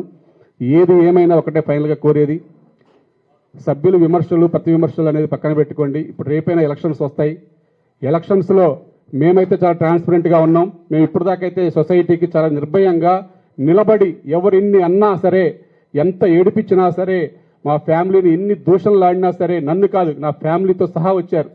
ఎందుకంటే నన్ను ఒక్కనే తప్పిస్తే కమిటీలోకి వాలంటీర్ కావచ్చు అనే ఉద్దేశం తప్ప ఎట్లా ప్రాజెక్ట్ కంప్లీట్ చేయాలనేది ఎవరికి ఒక సంకల్పం లేదు, వాళ్ళ వ్యక్తిగత స్వార్థం తప్ప ఎవరికీ లేదు. అటువంటి వాళ్ళని ముందు పెట్టుకొని మీరు ముందుకు వెళ్ళినా మళ్ళీ సొసైటీ జీవితకాలం మళ్ళీ వెనక తిరిగి చూసుకోలేనంత బాధపడుతుంది. కాబట్టి ఎందుకంటే ఇక్కడ ఆర్థిక మాంద్యం ఏంటి, ఎలా ఉంది, ఏంటి అన్నీ నాకు తెలుసు కాబట్టి నేను క్లుప్తంగా చెప్పగలుగుతున్నా. మీరు ఎవరు తప్పుగా అనుకోవద్దు, సభ్యులను కూడా తప్పుగా అనుకోవద్దు అంటున్నా. ఎవరైతే చేయగలరో వాళ్ళని మీరు నెక్స్ట్ ఎన్నుకోండి. మేము ఎందుకంటే ఇప్పుడు మేము కూడా ఎన్నుకోండి అని ఎందుకు అంటున్నానంటే, మేము కూడా మొన్న 51 ఎంక్వైరీలో రిపోర్ట్లో వచ్చిన విధంగా 45 కోట్లు కట్టే దాంట్లో మేము కూడా ఉన్నాం. సరే మేము న్యాయ పోరాటం చేస్తాం, ఆ న్యాయంగా వచ్చినప్పుడు మాత్రం మేము నెక్స్ట్ ఎలక్షన్లో మేము ఉండగలుగుతాం. కాబట్టి ఏదేమైనా ఒక న్యాయస్థాన తీర్పుకి మేము కట్టుబడి ఉండాలి కాబట్టి మేము దానికి అనుగుణంగా ముందుకెళ్తాం. కానీ ఏదేమైనా సరే మేము సొసైటీ ఏదైతే ఒక డ్రీమ్గా అనుకున్నానో మీకు వీడియో కూడా పంపిస్తారు మా వాళ్ళు. మీకు 3D డ్రాయింగ్తో పనిచేస్తున్నాం, గత 4 సంవత్సరాల నుంచి కూడా అది కంప్లీట్ చేయలేకపోయామని. ఆ డ్రాయింగ్ ఎలా ఉందో దాని ప్రకారం కంప్లీట్ చేసి అంతవరకు కూడా ఎవరిని అడ్డంకులు సృష్టించినా ప్రత్యక్షంగా అయినా పరోక్షంగా అయినా వచ్చే కమిటీకైనా సపోర్ట్గా ఉంటూ అయినా సరే ఒక అంతిమ లక్ష్యంగా మేము దాని వరకు మేము కడదాకా పోరాడతాం. ఇప్పుడు దాకా మేము చేసిందే కాదు, నేను ఆ క్లుప్తంగా ఒక 2 నిమిషాలు ముగిస్తాను, తర్వాత మీ ప్రశ్నలన్నిటి కూడా సమాధానం చెప్తాను. ఇప్పుడు దాకా ఇంత కష్టపడ్డా ఇక నెక్స్ట్ మీరేం చేస్తారని కూడా చాలామంది మాకు సభ్యులు అడుగుతున్నారు. మేము ఇప్పుడు దాకా మీ అందరి ఆశీర్వాదంతోనే, మీ అందరూ కూడా సపోర్ట్ వల్లే, నాకు ఎన్ని బాధలు కలిగించినా, వాళ్ళు ఎంత విమర్శించినా జనలబడిలో సభ్యుల నిర్ణయం నాకు మా కమిటీకి అందరూ కూడా సపోర్ట్గా ఉండడం మేము ఈరోజు దాకా చాలా హ్యాపీగా చిత్రపూర్ సభ్యులందరినీ కూడా హ్యాపీగా ఉంచుతూ రిజిస్ట్రేషన్లు చేస్తూ ఉన్న ప్రాజెక్టుని కంప్లీట్ చేస్తూ చాలా ప్రశాంత వాతావరణంలో ఉంచాము. ఇంకా అలా ఉంచుతామని కూడా మేము మాటిస్తున్నాం. అలాగే మేము నెక్స్ట్ మా ప్యానల్ సభ్యులను కానీ నెక్స్ట్ రాబోయే మా కమిటీ సభ్యులను కానీ మీరు అందరూ కూడా గెలిపిస్తే ఏదైతే ఉన్న ప్రాజెక్ట్ ఉందో నాకు విజన్ ఉంది, మీకు తెలుసు. ఆ ప్రాజెక్ట్ కంప్లీట్ చేయడానికి మేము ఎంత కష్టపడ్డామో అప్పు తీర్చడానికి కూడా మీకు గత సమావేశంలో కూడా చెప్పాను. మనకి ఎప్పుడైతే గతంలో కూడా చాలా అడ్వాన్స్గా ఆలోచన చేసి ఇటువంటి ఆర్థిక ఇబ్బందులు ఉంటాయి కాబట్టి అని చెప్పేసి అవన్నీ తొలగించుకోవడానికి ఒక ఫ్యూచర్ ల్యాండ్ అని చెప్పేసి మనం పెట్టుకోవడం జరిగింది గత పాత ఆఫీస్ దగ్గర చెరువు పక్కన. అక్కడ కూడా సింగిల్ బెడ్రూమ్లు కట్టవచ్చు, డబుల్ బెడ్రూమ్లు కడితే బాగుంటుంది. అలా కడితే మా కమిటీకే మంచి పేరు వస్తుంది. అది ఒక ఆ ల్యాండ్ చూస్తే మీకు అర్థమైద్ది. ఒక పక్క ఎఫ్టీఎల్లో ఉంది, బఫర్లో ఉంది. కొత్తగా అన్ని పర్మిషన్లు తీసుకొచ్చిన తర్వాత ట్విన్ టవర్స్ అనే ఉద్దేశంతో మీకు పర్మిషన్ కూడా తీసుకొచ్చాం. మీకు కూడా తెలుసు అప్పుడు సింగిల్ బెడ్రూమ్, డబుల్ బెడ్రూమ్ పెట్టి. తర్వాత మీ అందరికి కూడా తెలుసు గత 2 years బ్యాక్ హైడ్రా వచ్చింది. హైడ్రా వచ్చిన తర్వాత వచ్చిన పర్మిషన్లు అన్నీ క్యాన్సిల్ చేసి మళ్ళా ఒక 1.5 acre పోయింది బఫర్లో. మళ్ళా డ్రాయింగ్లు మార్చి మళ్ళా మారిస్తే ఈ ఉన్న 175 కోట్లు అప్పెలా తీర్చాలి, ఉన్న ప్రాజెక్ట్ ఎలా కంప్లీట్ చేయాలి, ఆ ప్రాజెక్ట్ ఎలా కంప్లీట్ చేయాలని ఒక తర్జన పడి పెద్దలతో సమావేశం ఏర్పడిన తర్వాత దీనికి హై రేజ్డ్ వెళ్ళండి, వెళ్తే దాన్ని బట్టి ఆ రేట్ పెంచుకోండి. ఆ పెంచుకున్న రేటు మీద ఇప్పుడున్న సభ్యుల మీద భారం పడకుండా ఆ డబ్బులతో ఈ అప్పంతా తీర్చుకొని ఉన్న ప్రాజెక్ట్ అంతా కంప్లీట్ చేసి ముందుకెళ్ళొచ్చు అని చెప్పిన తర్వాత జనరల్ సభ్యులందరికీ వివరించి తీర్మానం చేసుకొని హెచ్ఎండిఏ పర్మిషన్ తీసుకొని రావడం జరిగింది. సరే, గత 3 నెలల నుంచి దాన్ని శంకుస్థాపన చేద్దాం అనుకున్న తర్వాత మేమే ఆపాం. ఎందుకంటే ఇప్పుడంతా ఆ ఎలక్షన్స్ వస్తున్నాయి. ఈ మూమెంట్లో మేము గ్రాండ్ ఓపెనింగ్ చేసి సభ్యుల దగ్గర నుంచి డబ్బులు తీసుకుంటే రేపొద్దున మనం వచ్చే కమిటీ ఎవరో తెలియదు. దాని అంత పెద్ద ప్రాజెక్ట్ 400 కోట్ల రూపాయల ప్రాజెక్ట్ని ఎవరో చేస్తారో లేదో తెలియదు. కాబట్టి సడన్గా అర్జెంటుగా ఎలక్షన్కి వెళ్ళిపోవాలని చెప్పేసి 4 months క్రితమే మేము ఎలక్షన్కి అప్లై చేశాం. ఇప్పుడైనా సరే ఒక మంచి సమర్థవంతమైన నాయకత్వం ఎన్నుకుంటే ఆ ప్రాజెక్ట్ కంప్లీట్ చేయడానికి ఆస్కారం ఉంటుంది. అది కనుక ప్రాజెక్ట్ కంప్లీట్ అయితేనే, మీరు ఒక్కటే గుర్తుంచుకోండి, ఈ ప్రతి విమర్శలు అనేది అవి పక్కన పెట్టి విజన్గా పోవాలంటే ఆ ప్రాజెక్టు స్టార్ట్ చేస్తే మాత్రమే ఇటు అప్పులు తీర్చగలం. ఇప్పుడు చదలవాడి రాజేష్ గారి దగ్గర తీసుకున్న అప్పైనా తీర్చగలం, ఏదైనా ముందుకెళ్ళం. కానీ వేరే కానీ ఎటువంటిది కానీ ఏమీ చేయలేమండి. ఇక్కడ మనం మాట్లాడుకోవడం, టైంపాస్ చేయడం తప్ప ఒక్క రూపాయి కూడా ఈ రోజు కూడా సొసైటీ గత 6 నెలల నుంచి శాలరీ ఇచ్చే పరిస్థితుల్లో కూడా లేదు. అంత కష్టపడుతూ కూడా అంత క్లిష్ట పరిస్థితుల్లో ఉన్నా కానీ, ఎందుకంటే మాకు బాధ్యతగా తీసుకున్నాం, నాకు ఇక్కడ అనుభవం ఉంది కాబట్టి నేను ఇక్కడే ఎన్ని కష్టాలు వచ్చినా చిత్రపూర్ దాటి నేను బయటికి పోలేదండి. గత 22 సంవత్సరాల నుంచి కూడా ఈ చిత్రపూర్ సరౌండింగ్లో జీవనం కొనసాగించాను తప్ప ఒక్కరోజు కూడా విమర్శించారు కదా అని చెప్పేసి నేను కూడా బయటికి పోయి ఒక విల్లా కొనుక్కొని నేను కూడా హ్యాపీగా ఉండగలను ఫ్యామిలీతో. కానీ ఇక్కడ కాదు, మనం బయటికి వెళ్తే ఈ చిత్రపురి కుంటుబడిపోద్ది. అయినా సరే మనం ఒక సంకల్పంతో పనిచేస్తున్నాం, విమర్శలు పక్కన పెట్టుకుందాం అనే ఉద్దేశంతో మేము పనిచేస్తున్నాం. ఆ పనిచేసిన విధంగా మాకు అందరూ సహకరించారు కాబట్టి వారందరికీ కూడా మేము ధన్యవాదాలు తెలియజేసుకుంటున్నాం. ఏది ఏమైనా నెక్స్ట్ కూడా ప్రతిదీ కూడా ఎంఐజీలో ఏం జరగాలి, ఏం జరిగితే సభ్యులు హ్యాపీగా ఉంటారు నాకు అన్నీ తెలుసు. ఇప్పుడు ఫస్ట్ ఎంఐజీలో వీడిఎఫ్ పని ఉంది ఒకటి. ఆ వీడిఎఫ్ కంప్లీట్ చేయాలని ఎంత సంకల్పంతో పనిచేసాం అందరికీ కూడా తెలుసు. మా దగ్గర డబ్బు లేకపోతే ఎంఐజీ సభ్యులు కూర్చోబెట్టి వారు తిట్టుకున్నా సరే ఒక 50,000 రూపాయలు మీరు సక్కండి, ఆ వీడిఎఫ్ కంప్లీట్ చేస్తానని చెప్పాం. మళ్ళీ మీరు ఇప్పుడు డబ్బు ఇవ్వండి, తర్వాత డబ్బు వస్తే నేను మీకు వెనక్కి కూడా ఇస్తానని చెప్పాం. అయినా సరే ఆ ప్రాజెక్ట్ కంప్లీట్ చేయలేకపోయాం. ఇప్పుడు కూడా చెప్తున్న ఎంఐజీ సభ్యులకి ఎలక్షన్స్ రేపు జరుగుతాయి అనగా ఈ నైటే ఆ వీడిఎఫ్ కంప్లీట్ చేస్తాను కింద సెల్లర్, మా సొంత డబ్బులతో అయినా సరే కంప్లీట్ చేపిస్తాను, తర్వాత మా సొసైటీ నుంచి కూడా తీసుకుంటా అని చెప్పేసి మీకు మాటిస్తున్నాను. అలాగే ఎంఐజీలో ఉన్న పనులన్నీ కూడా మళ్ళా మా ప్యానల్ని గెలిపిస్తే నెక్స్ట్ మార్చి నుంచి మొత్తం కూడా మిగతా పనులు కంప్లీట్ చేపిస్తాం. అలాగే ఎల్ఐజీలో కూడా ఒక ఎంఐజీ అని కాదండి, ఇప్పుడు ఎంఐజీలో మెయిన్గా మేజర్ పార్ట్లన్నీ తెలుసు. ఒక ఫైర్ వర్క్ చేయాలి, వీడిఎఫ్ కంప్లీట్ చేయాలి, కలర్ వేయాలి, లిఫ్ట్లన్నీ కూడా వాళ్ళకి మేజర్గా లిఫ్ట్ ప్రాబ్లం ఉంది. ఆ లిఫ్ట్లు కూడా నేను 3వ లిఫ్ట్ కూడా అతి పెద్ద లిఫ్ట్ కమర్షియల్ లిఫ్ట్ లాగా పెట్టి అందరికీ కూడా ఒక న్యాయం చేద్దామని ఒక సంకల్పంతో మేము ప్లానింగ్లో ఉన్నాం. దాని ప్రకారం ఎంఐజీ పూర్తిగా కంప్లీట్ చేపిస్తాను. డూప్లెక్స్ కూడా కలర్ వేయించాలి, ఇంకా పనులు ఉన్నాయి, అవి కూడా కంప్లీట్ చేపిస్తాను. అలాగే రో హౌస్ సభ్యులకి ఒకటే చెప్పేది, రో హౌస్ మెయిన్ ముఖ్యంగా ప్రతిదీ ఈరోజు సొసైటీ నాశనానికి పతనానికి కారకులు ఎవరంటే రో హౌస్ నుంచే మొత్తం. ఆ రో హౌస్ వాళ్ళకి ఇప్పుడే చెప్పేది ఒకటే, మీ ఒక 2-3 స్వార్థం వల్ల వ్యక్తిగత స్వార్థాలు మానండి. రో హౌస్ కంప్లీట్ చేసుకుంటే చాలా. ఈ రోజు 2 కోట్లు అమ్ముతున్నారు, రేపు 4 కోట్లు అమ్ముకోవచ్చు, మీరే అమ్ముకుంటారు, ఎవరు బయట వాళ్ళకి ఎవరు ఇవ్వరు. కాబట్టి ఆ రోడ్లు వేసే ప్రక్రియ కానీ వాటర్ లైన్ కానీ అన్నీ వేపిస్తా అని చెప్పాము. దానికి అనుగుణంగా ఎంతో పనిచేస్తూ ఉన్నాం. అది కంపల్సరీగా విత్-ఇన్ డేస్లోనే ఆ రోడ్డు పనులు కూడా మున్సిపల్ ద్వారా మేము శాంక్షన్ చేయించడం జరిగింది. సరే ఇప్పుడు జిహెచ్ఎంసీలో కలిసింది కాబట్టి కొంచెం పనులు లేట్ అవుతున్నాయి తప్ప ఆ రోడ్లు కూడా వెంటనే స్టార్ట్ చేస్తారు. వాటర్ లైన్ కూడా ఇప్పుడే మోహన్ రెడ్డి గారితో మాట్లాడాము. సొసైటీలో డబ్బులు లేవు సార్, మీరే హెల్ప్ చేయండి, మీకు మార్చిలో ఇస్తా అని చెప్పాము. వారు కూడా చాలా హ్యాపీగా స్వాగతించారు. మేము సహకరిస్తామని చెప్పారు. వాటర్ లైన్ అయితే ఒక 1 వీక్లో స్టార్ట్ అవుతుంది. రోడ్లు అయితే గవర్నమెంట్ ద్వారా వేయించడానికి మేము ప్లాన్ చేస్తున్నాం, దాన్ని బట్టి వెళ్తాం. అలాగే ఎల్ఐజీ వాళ్ళకు కూడా చెప్పేది ఒకటే, ఎల్ఐజీ అయిపోయినాయి కదా మీరు అక్కడ ఏం చేస్తారో అనుకోవచ్చు. వారికి కూడా ఎల్ఐజీ ఈరోజు మీరు చూసారు, ఎప్పుడో 10 ఏళ్ల క్రితం అది రెడీ అయింది. కానీ ఇప్పుడేమో చుట్టుపక్కలంతా చాలా 50 ఫ్లోర్స్ బిల్డింగ్లు వస్తున్నాయి. చాలా ఆ రోడ్స్ కానీ అన్ని అగమ్య గోచరంగా తయారయ్యాయి. అక్కడ ఉన్న లిఫ్ట్లు కూడా పాడైపోయి చాలా సభ్యులు ఇబ్బంది పడుతున్నారు. కాబట్టి ఆ లిఫ్ట్లు కూడా ఈ కొత్త ప్రాజెక్ట్ స్టార్ట్ అయితే అక్కడ ఉన్న సభ్యుల భాగస్వామ్యంతో ఆ లిఫ్ట్లు కూడా అన్నిటి కూడా మళ్ళీ మొత్తం కూడా మార్పిస్తాము. ప్లస్ అక్కడ ఉన్న బిల్డింగ్స్ కూడా కలర్ వేపిస్తాము. అలాగే హెచ్ఐజీ కూడా అదే మాటిస్తున్నాం. హెచ్ఐజీ కూడా సేమ్ ప్రాబ్లం, లిఫ్ట్లు ప్రాబ్లం ప్లస్ కలర్ వేయించమని అటు భార్గవ్ గారు కానీ అందరూ కూడా లెటర్స్ పెట్టారు. అవన్నీ కూడా పరిగణలో తీసుకుంటాం. తప్పనిసరిగా ఈ కమిటీకి ఒక చిత్తశుద్ధి ఉంది, ఒక ప్లానింగ్ ఉంది, ఒక విజన్ ఉంది. కాబట్టి ప్రతి ఒక్కటి కూడా మేము కంప్లీట్ చేస్తామని చెప్పేసి మాటిస్తున్నాం. మెయిన్ ముఖ్యంగా ఇక్కడ చెప్పవలసింది ఒకటే, మెయిన్ సినీ కార్మికులకి ఫ్లాట్ రాలేదు, అసలు ఇస్తారా లేదా అనేది చాలా సందిగ్ధం ఉంది. వెయిటింగ్ లిస్టులో ఉన్న సభ్యులకి మొదటి ప్రాధాన్యత వెయిటింగ్ లిస్టులో ఉన్న సభ్యులకండి. వెయిటింగ్ లిస్టులో 420 మంది ఉన్నారు. 420 మందిలో సినిమా అనే వాళ్ళు మెయిన్గా ఒక 50-60 మంది మాత్రమే ఉన్నారు. ఈ మిగతా సభ్యులు అందరూ కూడా ఎక్కడెక్కడి నుంచో వచ్చిన వాళ్ళే, వాళ్ళందరికీ పక్కన పెట్టడం జరిగింది.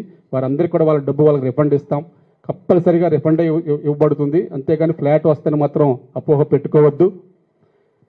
కానీ ఇప్పుడు దాకా ఉన్నారు కాబట్టి నెక్స్ట్ జనరబడిలో ఉన్నారు కాబట్టి వారికి ఏమైనా ప్రయారిటీ ఉన్నట్టే కొత్త ప్రాజెక్టులో ప్రయారిటీ ఇస్తాం తప్ప ఈ ఉన్న ప్రాజెక్ట్ ఉన్న ఫ్లాట్స్లో కానీ ఇప్పుడు కొత్తగా ఒక టవర్ కూడా కడుతున్నాం, 2 బెడ్రూమ్స్ ఫ్లాట్స్ ఉన్న వెయిటింగ్లో వాళ్ళ కోసం.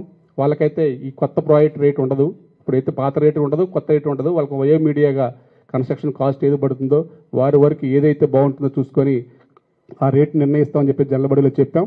దానికి అనుగుణంగా డ్రాయింగ్స్ కూడా ఫైనల్ అయిపోయాయి. దాని అనుగుణంగా వెంటనే స్టార్ట్ చేస్తున్నాం. కాబట్టి మేము ఒకటే మాటిస్తున్నాం, వెయిటింగ్లో ఉన్న సినీ కార్మికులకి ఇప్పుడు 420 మందిలో 50 మంది అన్నారు, మరి మిగతా 350 మంది మరి మీకు వ్యతిరేకత అవుతారుగా అనుకోవచ్చు. వ్యతిరేకత అయితే అవమానం అండి, దానికి ఏం అభ్యంతరం లేదు. కానీ సినీ కార్మికులకైతే న్యాయం చేస్తాము, నేను దానికి అనుగుణంగానే కట్టుబడే ఉంటాం, దాని ప్రకారమే ముందుకు వెళ్తాం. అలా మేము ఒక ప్రాజెక్ట్ కంప్లీషన్కి మేమంతా కూడా సహకరిస్తామని చెప్పేసి మేము మాటిస్తున్నాం. ఏది ఏమైనా అంతిమంగా సభ్యుల సంక్షేమం కోరుకున్న ఈ కమిటీ మరలా కూడా మీ అందరూ కూడా ఆదరిస్తారని చెప్పేసి ఆశిస్తున్నాం. ఇంకా ఎలక్షన్స్ అప్పుడు ఎవరైనా ఇష్టం లేకపోతే వేరే ఏమైనా ప్యానల్కి వెళ్తే వెళ్ళొచ్చు, పోటీ అనేది ఎవరైనా చేసుకోవచ్చు. కాబట్టి దానికి అందరినీ స్వాగతిస్తాం. ఏదేమైనా మేమైతే నేను ఇంతే నిలబడతాను చిత్రపూర్ అభివృద్ధి కోసం. అనిల్ కుమార్ ప్యానల్ కంపల్సరీ ఉంటుంది. ఆ ప్యానల్కి ఎవరు వచ్చినా సరే పోటీకి నిలబడి మేము అంతిమంగా సొసైటీ ప్రాజెక్ట్ లక్ష్యంగా మళ్ళా మమ్మల్ని ఆశీర్వదిస్తారని చెప్పేసి మేము ఆశిస్తున్నాం. Thank you. ఇప్పుడు ఏమైనా మీకు సందేహాలు ఏదున్నా సరే ఒకరు అడగండి, నేను క్లుప్తంగా క్లారిటీగా చెప్తాను. ఎందుకంటే ఈ రోజుతో సభ్యులు కూడా తెలియాలనే ఉద్దేశం మాకు కూడా, మేము ఏది దాచిపెట్టుకోము, ఏదన్నా ఓపెన్గా చెప్తాను.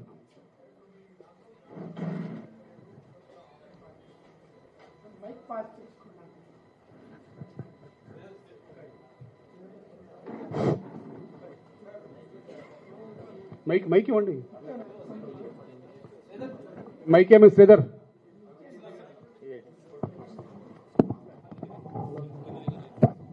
హలో అనిల్ గారు, ఇప్పుడు మీ సొసైటీలో క్యాష్ ట్రాన్సాక్షన్ జరగలేదు, మొత్తం ఆన్లైన్ ట్రాన్సాక్షన్ జరిగిందని చెప్పేసి మీరు క్లారిటీ ఇచ్చారు. అయినప్పటికీ కూడా మీ మీద ఎందుకు 111 ఎఫ్ఐఆర్లు ఎందుకు అయినాయి?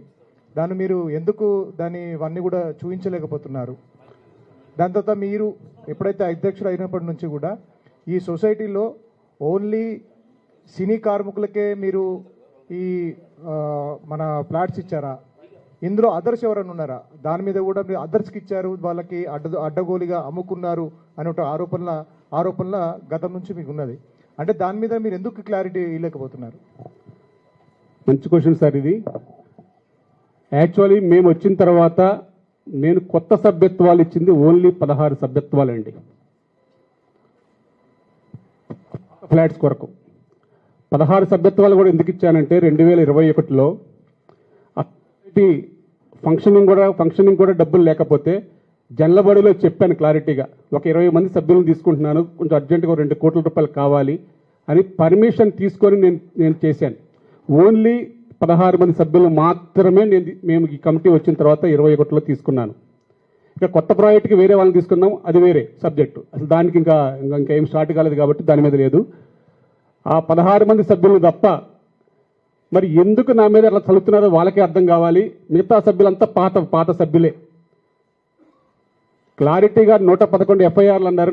నా మీద 111 ఎఫ్ఐఆర్లు కాదండి, సుమారు 16 ఎఫ్ఐఆర్లు అయినాయి. 16 మంది కూడా 2024 వరకు లేవండి నా మీద ఒక ఎఫ్ఐఆర్ కూడా.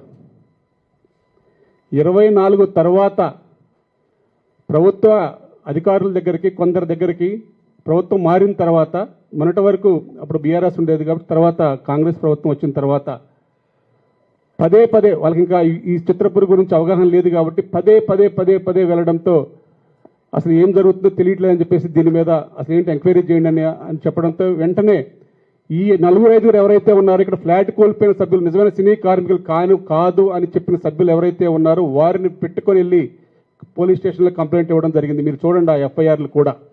నేను ₹1 అభియోగం చేయలేదు. ఆ కేసులన్నీ కూడా చూడండి. మేము ఫ్లాట్కి డబ్బు కట్టాము, సొసైటీకి డబ్బు కట్టాము, డీడీల రూపంలో డబ్బు కట్టాము, నా ఫ్లాట్ తీసేశారు, వేరే వాళ్ళకి ఇచ్చారు. ఇది అనిలే చేశాడు కాబట్టి అనిల్ మీద యాక్షన్ తీసుకోండి. ఇది తప్ప నాకు ₹1,00,000 ఇచ్చారు, నన్ను మోసం చేశాడని ఒక కంప్లైంట్ ఈ రోజు దాకా నా మీద లేదండి.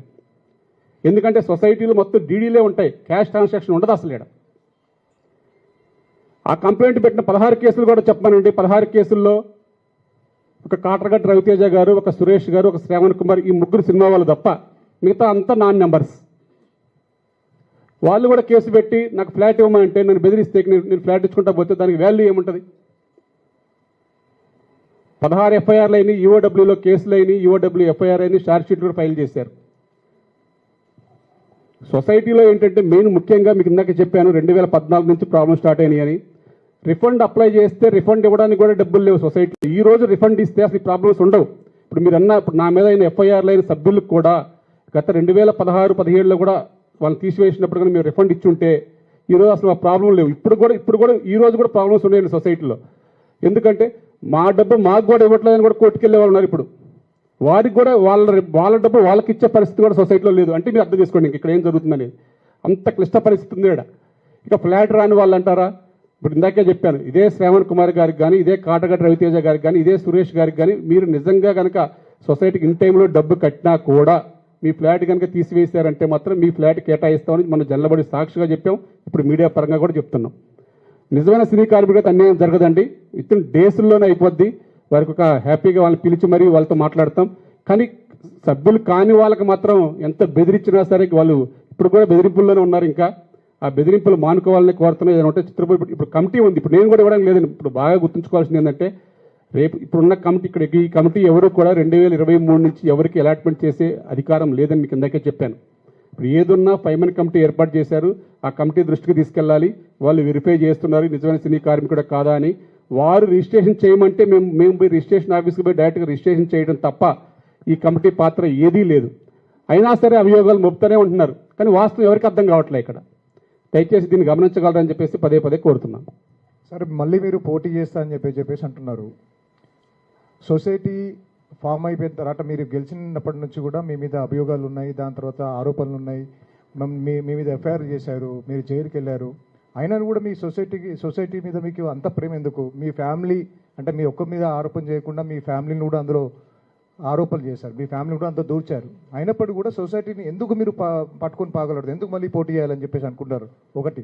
దాని తర్వాత 27వ తారీఖు నవంబర్ ఒక నివేదిక వచ్చిందండి. అందులో మీతో పాటు ఒక 5 మంది సభ్యులు బాధ్యులు చేస్తూ 5 మంది కాదండి 15 మంది సారీ మీ నుంచి 47 కోట్లు వసూలు చేయాలని చెప్పి రిక్వైరీ చేయాలని చెప్పేసి రిపోర్ట్ వచ్చింది. అంటే దాని మీద మీ యొక్క ఎక్స్ప్లెనేషన్ చెప్పండి. ఆ ఎంక్వైరీ అనేది మీకు 2019లో వేశారండి. ఇప్పుడు ఇందాకే చెప్పాను, ఐవీఆర్సీఎల్ కానీ, యువర్స్ కన్స్ట్రక్షన్ కానీ, ఈడబ్ల్యూఎన్ఎస్, ఎస్ఎల్ఎన్ ప్రాజెక్ట్, ఎస్వీఆర్ఎం ఈ 5 కంపెనీలు అడ్వాన్సులు తీసుకున్నారు అనే ఉద్దేశంతో 2019లో ఎంక్వైరీ చేస్తే 2021 రిపోర్ట్ వచ్చింది.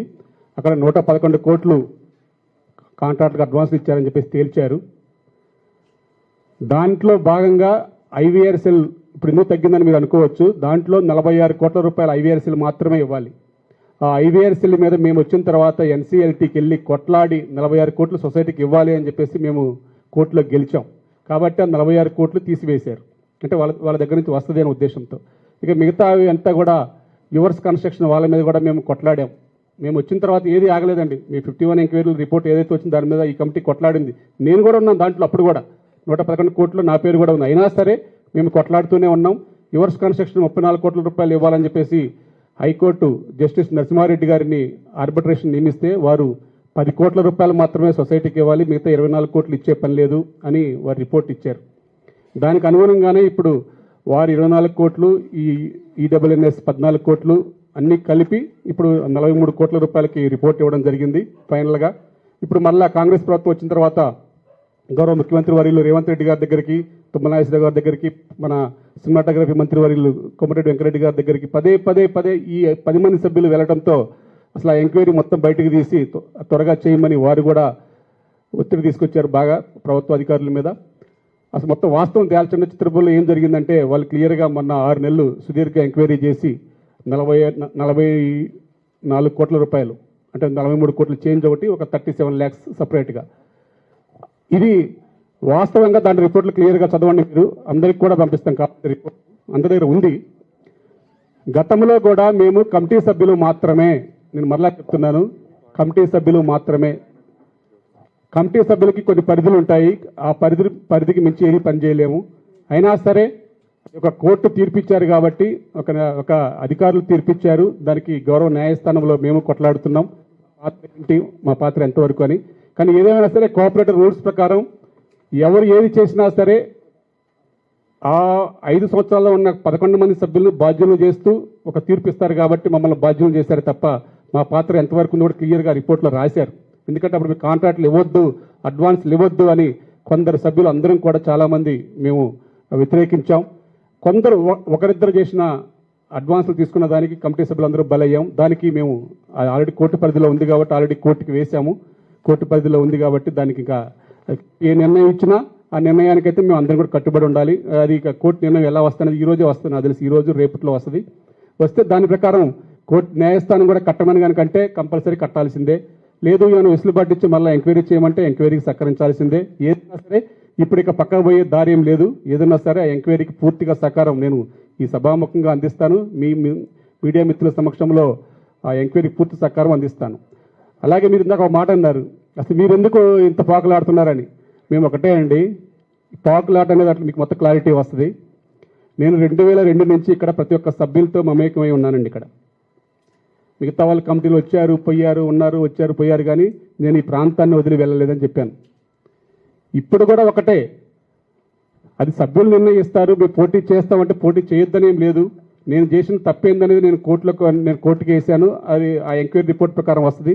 దాంట్లో కనుక నాకు వస్తే కనుక కంపల్సరీ పోటీలో ఉంటాను. ఎందుకంటే నేను ఇక్కడ ఏ తప్పు చేయలేదు కాబట్టి చేస్తున్నాను కాబట్టి, నాకు సభ్యులు అండగా ఉన్నారు కాబట్టి నేను ఉంటున్నాను. ఎవరో 10 మంది విమర్శించారని చెప్పేసి ఆ విమర్శలు పక్కకు పోతే అది తప్పు అవుతుంది. ఒక సభ్యులు నన్ను నమ్మారు కాబట్టి వారికి న్యాయం చేసేంత వరకు కొట్లాడాలి. కొట్లాడి గెలిచి అంతిమంగా ప్రాజెక్ట్ కంప్లీట్ చేస్తే ఒక పేరు నిలబడుతుందనే ఉద్దేశంతో నేను ఉంటున్నాను తప్ప ఇక్కడ వ్యక్తిగత స్వార్థాలు ఏమి లేవు. వ్యక్తిగతంగా ఏమి రావు కూడా ఇక్కడ. ఎందుకంటే ఇది ఏదున్నా మీకు ఇందాకే చెప్పాను, ప్రతిదీ కూడా ట్రాన్స్పరెంట్గా రూపాయి లెక్కలు చెప్తానే ఉంటుంది ఈ సొసైటీ. కానీ మీరు ఎలక్షన్లో 2 సార్లు పోటీ చేయబోతున్నారు. మళ్ళీ మీరు పోటీ చేయడానికి కాకుండా మామూలుగా అంటే యాజ్ లా ప్రకారం కమిటీ కొంతమంది సార్లు పోటీ చేయాలని చెప్పేసి ప్రతి ఒక్కరి కూడా ఉంటుంది. బైలా ప్రకారం చేయాల్సి వస్తుంది. మీరు ఆల్రెడీ కూడా చేస్తున్నారు. ఇప్పుడు 5 సంవత్సరాలు కూడా ఉన్నారు కాబట్టి ఇప్పుడు నెక్స్ట్ ఏంటి మీ ప్రణాళిక ఏంటి? మీరు నుంచుంటారా? మీ తరఫు నుంచి ఏమన్నా నాకు అర్హత ఉన్నంత వరకు నేనే పోటీ చేస్తానండి. నేను ఆ ఎంక్వైరీలో ఉన్నాను తప్ప ఆ ఎంక్వైరీ రిపోర్ట్కి కట్టుబడి ఉండాలి కాబట్టి దానికి కూడా మేము న్యాయస్థానానికి వెళ్ళాము. న్యాయస్థానంలో తీర్పు కనుక వస్తే మాకు అనుకూలంగా వస్తే మేము పోటీ చేయొచ్చు. సరే పోటీ చేయొచ్చు అంటున్నారు, మళ్ళీ 2 సార్లు మించి చేయకూడదు అన్నారు. గతంలో సొసైటీ యాక్ట్ ప్రకారం 2 సార్లకు మించి పోటీ చేయొచ్చండి. కానీ మా సొసైటీ బైలాలో అట్లా రాసుకున్నారు గతంలో. అందుకే గత కమిటీలో 3 సార్లు పోటీ చేసిన వాళ్ళు వెళ్ళారు, పక్కన పెట్టారు. కానీ ఇప్పుడు మేము వచ్చిన తర్వాత బైలా మార్చడం జరిగింది. అది కూడా తెలియక చాలా మందికి, ఎందుకంటే వాళ్ళు జనలబడికి రారు కాబట్టి, జనలబడిలో ఆపటమే వాళ్ళ ప్రక్రియ కాబట్టి, వాళ్ళకి జనలబడిలో ఏం జరిగిందో తెలియదు కాబట్టి జనలబడి సభ్యుల సమక్షంలో బైలా మార్పు చేయడం జరిగింది. కోఆపరేటివ్ అధికారుల నుంచి కూడా మాకు అది పేపర్ పరంగా వచ్చింది. ఇప్పుడు ఎవరైనా సరే సొసైటీలో 2 సార్లు కాదు, ఎన్ని సార్లు అయినా పోటీ చేయవచ్చు. అది అఫీషియల్గా బైలా మారింది. అది బైలా వాళ్ళకి తెలియక ఇష్టం వచ్చినట్టు మాట్లాడుతున్నారు. కావాలంటే సొసైటీకి వచ్చి ఆ బైలా కాపీ కూడా తీసుకోవచ్చు, చూడవచ్చు.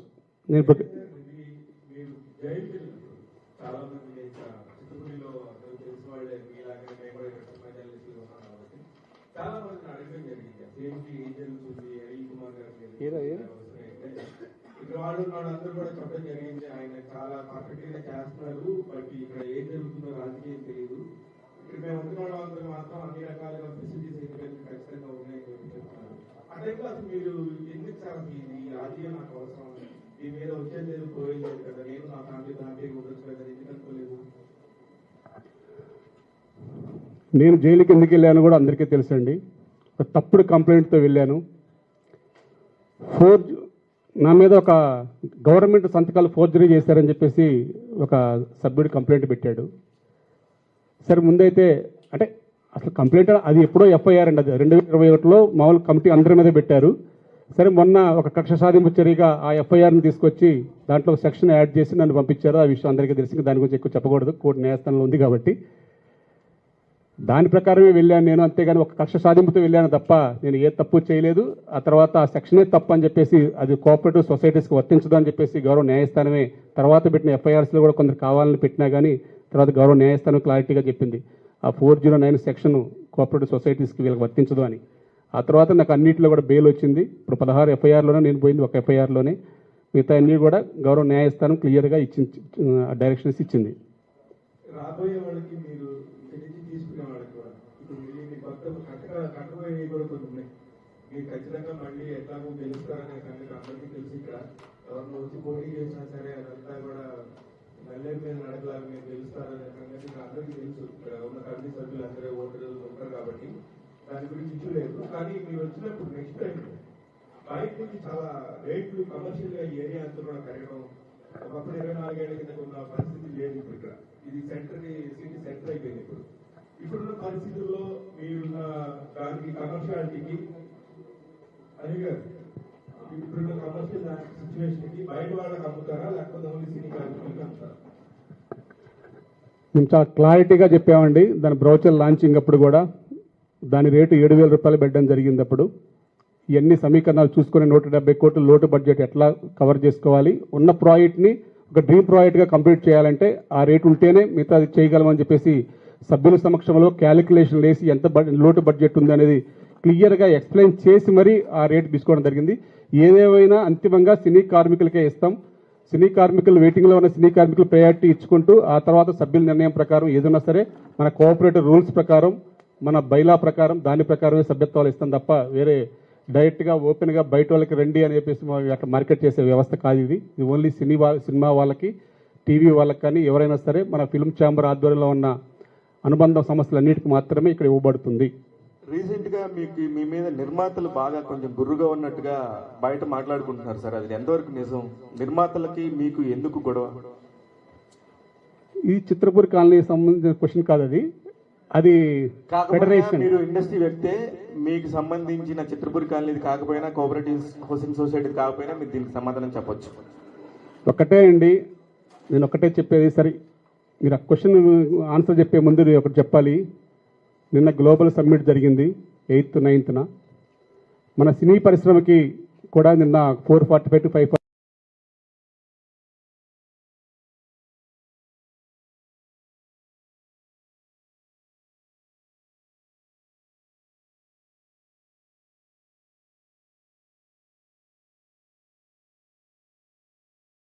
కార్మికుల కోసం పెద్ద ఎత్తున కొట్లాడి మన తెలంగాణ రాష్ట్ర ముఖ్యమంత్రి వర్యులు శ్రీ రేవంత్ రెడ్డి గారికి వారిని కలిసి మా వేతనాల పెంపు విషయంలో కానీ మాకు మేము పడుతున్న ఇబ్బందుల గురించి కానీ అన్నీ చెప్పిన పిదప వారు సానుకూలంగా స్పందించి అనేక వరాలు ఇవ్వడం జరిగింది. ఆ వరాలన్నీ కూడా మాటల వరకు ఆగలేదండి. మేము ఇంకా చాలా వెనుకబడి ఉన్నాము.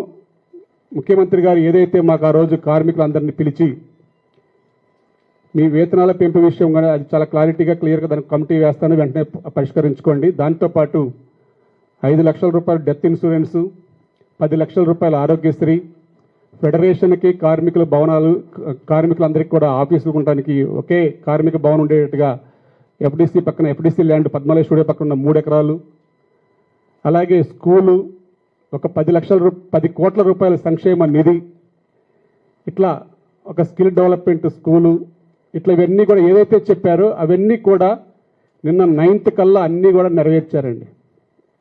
ముందు ముఖ్యంగా కార్మికులు అందరి తరపున వారికి ప్రత్యేక అభినందనలు తెలియజేసుకోవాలి.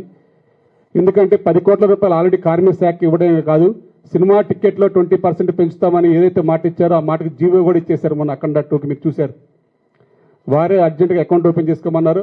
దాంతోపాటు 10 లక్షల రూపాయల ఆరోగ్యశ్రీ పథకం కూడా ఆల్రెడీ టెండర్స్ వేశారు. మాదే లేట్ అయింది, ఎందుకంటే సడన్గా చిన్నగా లేట్ అయిద్దేమో అనుకున్న, ప్రభుత్వం వరాలు ఇస్తారు కానీ కొంచెం చిన్నగా చేస్తారేమో అనుకుంటే వారు వెంటబడి మా 24 శాఖల సభ్యుల యొక్క అన్ని కూడా డేటా అంతా ఇవ్వండి, ఆధార్ కార్డ్స్ ఇవ్వండి, ఎందుకంటే ఇది ఆ హెల్త్ ఇన్సూరెన్స్ అనేది డేటా మీద ఆధారపడి ఉంటుంది కాబట్టి పూర్తి డేటా ఇవ్వండి అని చెప్పేసి వారు వెంటబడతా ఉన్నారు. దాంతో లేట్ అయింది తప్ప వారు ఏదైతే చెప్పారో అవన్నీ కూడా మాకు పూర్తి చేశారు.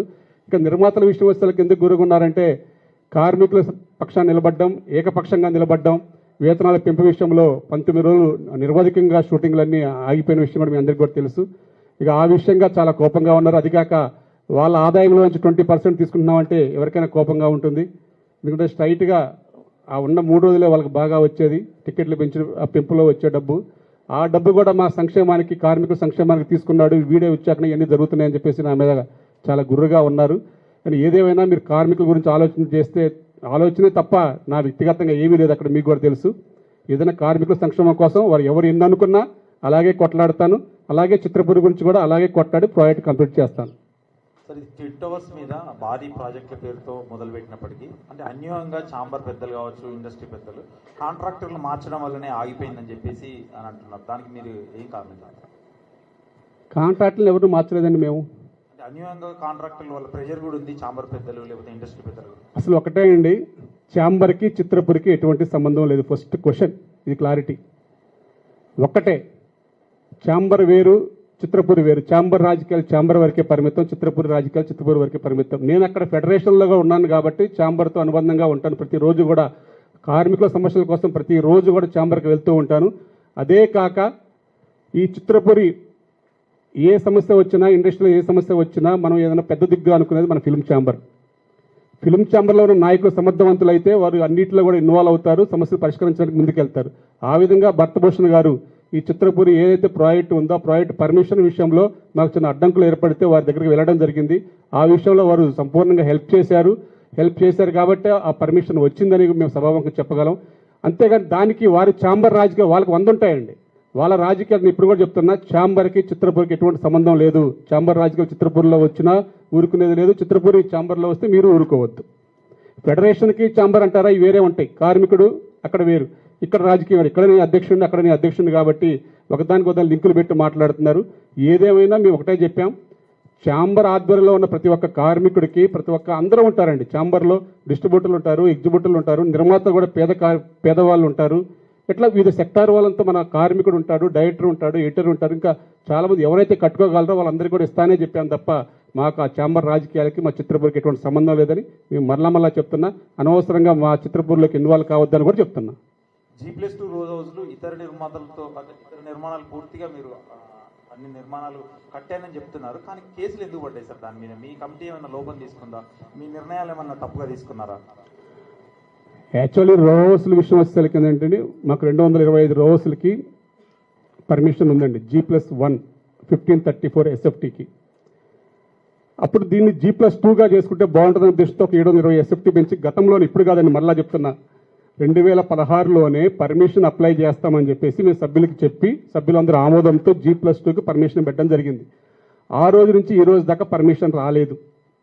దాంతోపాటు ఎట్లా పర్మిషన్ రివైజ్ అప్లై చేశాం కాబట్టి అని చెప్పేసి ఇంకో 24 రోజులు కడదామని ఒక డ్రాయింగ్ కూడా సబ్మిట్ చేశాం.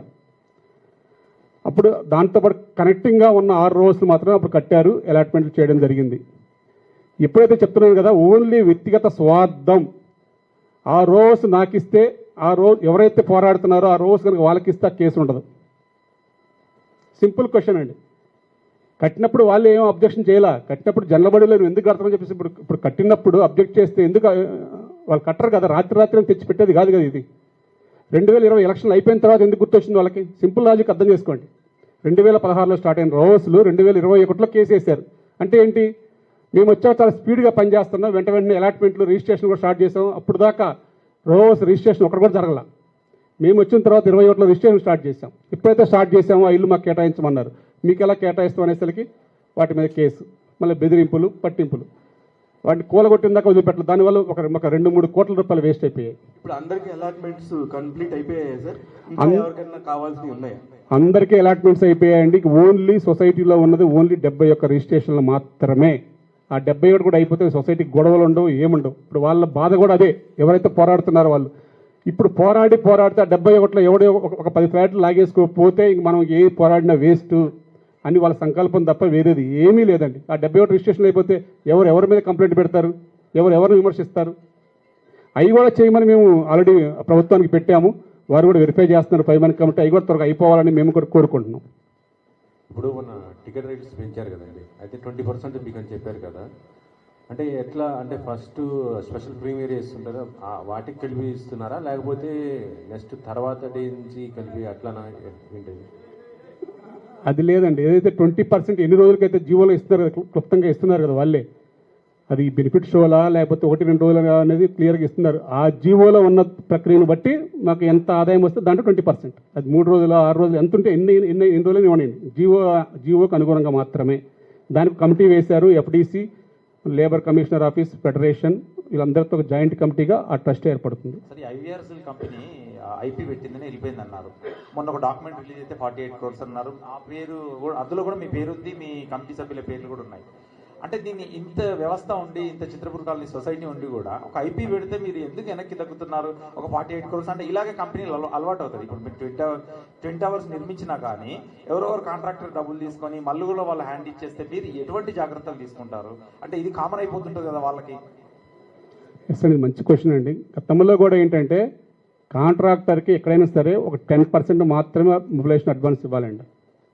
ఇప్పుడు మేము ఈ 5 సంవత్సరాలు ఏ కాంట్రాక్టర్ కూడా మేము అడ్వాన్స్లు ఇవ్వలేదండి. అది గతంలో అడ్వాన్స్లు ఇవ్వబట్టి అది రికవరీ చేసుకోలేక మేము ప్రాబ్లంలు పడ్డాం. ఆ అనుభవం నాకు ఉంది కాబట్టి ఇక్కడ మేము ఏ ఒక్క కాంట్రాక్టర్ కూడా ఒక పైసా కూడా అడ్వాన్స్ ఇవ్వాలి. మేమే కాంట్రాక్టర్ ఇంకా అప్పున్నాం, ఇప్పుడు డబ్బు లేక అప్పున్నాం. అటువంటి ప్రక్రియ జరగదండి. కంపల్సరీ ఎంత ఉన్నా సరే ఉన్న డబ్బు ఎంత ఉందో దానికి క్యాలిక్యులేషన్ వేసుకొని మేము ప్రాజెక్ట్ కంప్లీట్ చేస్తాం. కానీ ఎక్కడ కూడా అతిగా అడ్వాన్స్లు ఇచ్చి మళ్ళీ ఇప్పుడు ఉన్న ప్రాబ్లం లాగా ఫేస్ చేయలేం. కాబట్టి ఫేస్ చేస్తే మళ్ళీ ఇప్పుడున్న కమిటీ ఇప్పుడు ఎవరైతే వస్తారో ఆ ప్రాజెక్ట్ స్టార్ట్ చేసినప్పుడు మళ్ళీ ఆ కమిటీ అంతా బాధ్యులు చేస్తారు. ఇంక మళ్ళీ ఇది ఒక ప్రక్రియలాగా అయిపోతుంది. కాబట్టి ప్రాజెక్ట్ ఒక రోజు లేట్ అయిద్దేమో కానీ అంతిమంగా ఎవరి మీద భారం లేకుండా ప్రశాంత వాతావరణంలో కంప్లీట్ చేయడానికి మా దగ్గర ప్రణాళిక ఉంది. కానీ నాకు అర్థం కాని ఏంటంటే సార్, ఇది వ్యక్తిగతంగా మీరు ఎవరికి ఇక్కడ ఏ స్వార్థం ఉండదు, ఏమి అమౌంట్ అంతా ఆన్లైనే ఉంటుందని చెప్తున్నారు. అలాంటిది మీరు ఒక 15 మంది సభ్యులు ఇన్ని 100 కోట్ల రూపాయలు ఇలా మోసం జరిగింది, ఫ్రాడ్ జరిగింది, మీరు మళ్ళీ కమిటీ కట్టాల్సిందని చెప్పేసి యాజ్ గవర్నమెంట్ చెప్పింది మీకు. అది మీరు ఎవరు ఏం ముట్టుకోకుండా మీరు ఎందుకు కట్టడానికి ఒప్పుకున్నారు ఇప్పుడు వెనక్కి? మేము ఇప్పుడు కట్టడానికి ఏం ఒప్పుకోలేదండి. మేమేం చేయలేదని మేము న్యాయస్థానానికి వెళ్ళాం. కాంట్రాక్టర్ దగ్గర నుంచి సొసైటీ బాధ్యత వసూలు చేయాల్సిన బాధ్యత ఉంది కాబట్టి ఆ బాధ్యత మేము తీసుకున్నాం. కాబట్టి ఆల్రెడీ కొట్లాడుతున్నాం. ఆల్రెడీ ఐవీఆర్సీఎల్ కొట్లాడింది మేమేం చెప్పాం.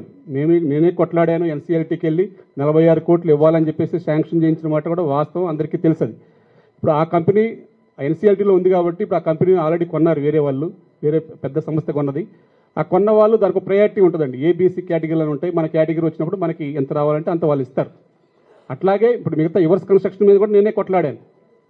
అట్లా మేము ఇప్పుడు సొసైటీలో ఎవరుంటే వాళ్ళు కొట్లాడాల్సిందే కంపల్సరీ. కాంట్రాక్టర్ దగ్గర నుంచి వదిలిపెట్టే పరిస్థితి లేదండి. ఎందుకంటే కాంట్రాక్టర్ దగ్గర డబ్బులు కనుక ఆపేస్తే మనం కట్టాలి. ఇప్పుడు ఎవరైతే ఆ టైంలో ఉన్న పీరియడ్లో ఉన్న సభ్యులు ఎవరైతే ఉన్నారో వాళ్ళే కట్టాలి, వాళ్ళే బాధ్యులు అవుతారు కంపల్సరీ. అది యాక్ట్, అది రూల్. అది ఇక అత్యనంత ఎందుకు కడతారంటే అది కట్టకపోతే కంపల్సరీ ఇక ఆస్తుల అటాచ్మెంట్లు, శిక్షలు, ఇక ఎన్ని ఇక దాని as per rules regulations as per న్యాయస్థానం రూల్స్ ప్రకారం ఉంటుంది. అంటే ఈ 15 మందిలో నాకు చాలా మంది తెలుసు వ్యక్తిగతంగా. వాళ్ళందరూ కూడా అంతంత పెద్దగా హోదాగా ఉన్నవాళ్ళు కానీ అంత డబ్బు మళ్ళీ తిరిగి కట్టగలిగే పరిస్థితి ఉన్నవాళ్ళు కానీ కాదు.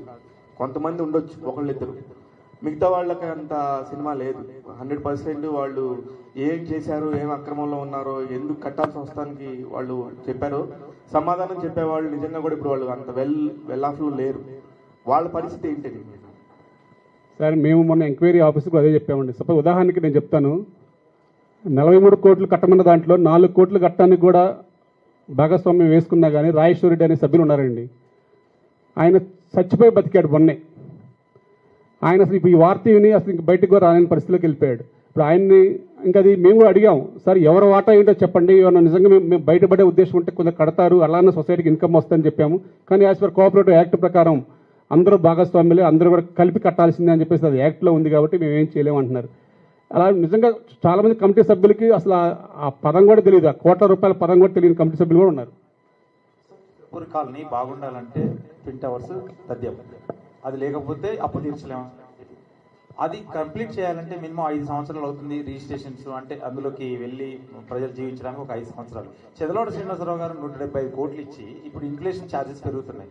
మీరు స్టార్ట్ చేసినప్పుడు 200 సిమెంట్ బ్యాగ్ అనుకోండి, అది పూర్తి అయ్యేలోపు ₹1000 అవుతుంది.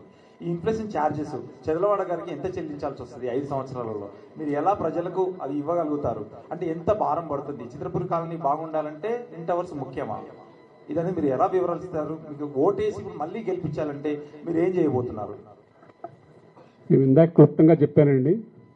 మేము ఒక్కటే ఆ ప్రాజెక్టు మేము గతంలోనే స్టార్ట్ చేయాలి, కానీ ఇప్పుడు ఫిబ్రవరిలో స్టార్ట్ చేద్దామని ఒక ప్రణాళిక చేసుకున్నాం. ఎందుకంటే నెక్స్ట్ ఎలక్షన్స్ మళ్ళా ఈ ఎలక్షన్ మూమెంట్లో వచ్చే కాంట్రాక్టర్ భయపడతాడు, ఒక లోన్ ఇవ్వాలన్నా భయపడతారు, ప్రాజెక్ట్ స్టార్ట్ చేయాలన్నా భయపడతారు, బుకింగ్స్ రావడం కూడా భయపడతారు. ఎందుకంటే నెక్స్ట్ అసలు మంచి కమిటీ వస్తా రాదా? మీరు అన్నట్టు నిజంగా 3 ఏళ్ళు కట్టవలసిన ఆ ప్రాజెక్ట్ మేమైతే ఓన్లీ 48 మంత్సేనండి మేము కట్టేది. అయినా సరే దాన్ని 36 మంత్స్లోనే కంప్లీట్ చేసే అంత సిస్టమ్ వచ్చింది ఇప్పుడు. కానీ యాజ్ పర్ అది 51 ఫ్లోర్స్ అండి. అది ఇప్పుడు కాదు, కొత్త కట్టబోయే ప్రాజెక్టు 2+3+1+45 ఫ్లోర్స్, మొత్తం 51 ఫ్లోర్స్ అండి అది.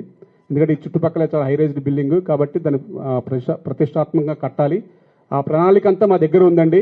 మేము ఒకటే చెప్పేది, చదలవాడ గారు, రాజేష్ గారు అప్పు కూడా ఆ ప్రాజెక్ట్ స్టార్ట్ అయిన వెంటనే ఫస్ట్ ప్రయారిటీగా అటు ఒక పక్క నుంచి అప్పు తీర్చుకుంటూ ఒక పక్క నుంచి ప్రాజెక్ట్ కంప్లీట్ చేసుకునే లక్ష్యంగా ఒక భాగస్వామ్యం చేసుకుంటే మళ్ళా సభ్యులు రిఫండ్ కూడా ఉంది, సభ్యులు కూడా రిఫండ్ ఇవ్వాలి.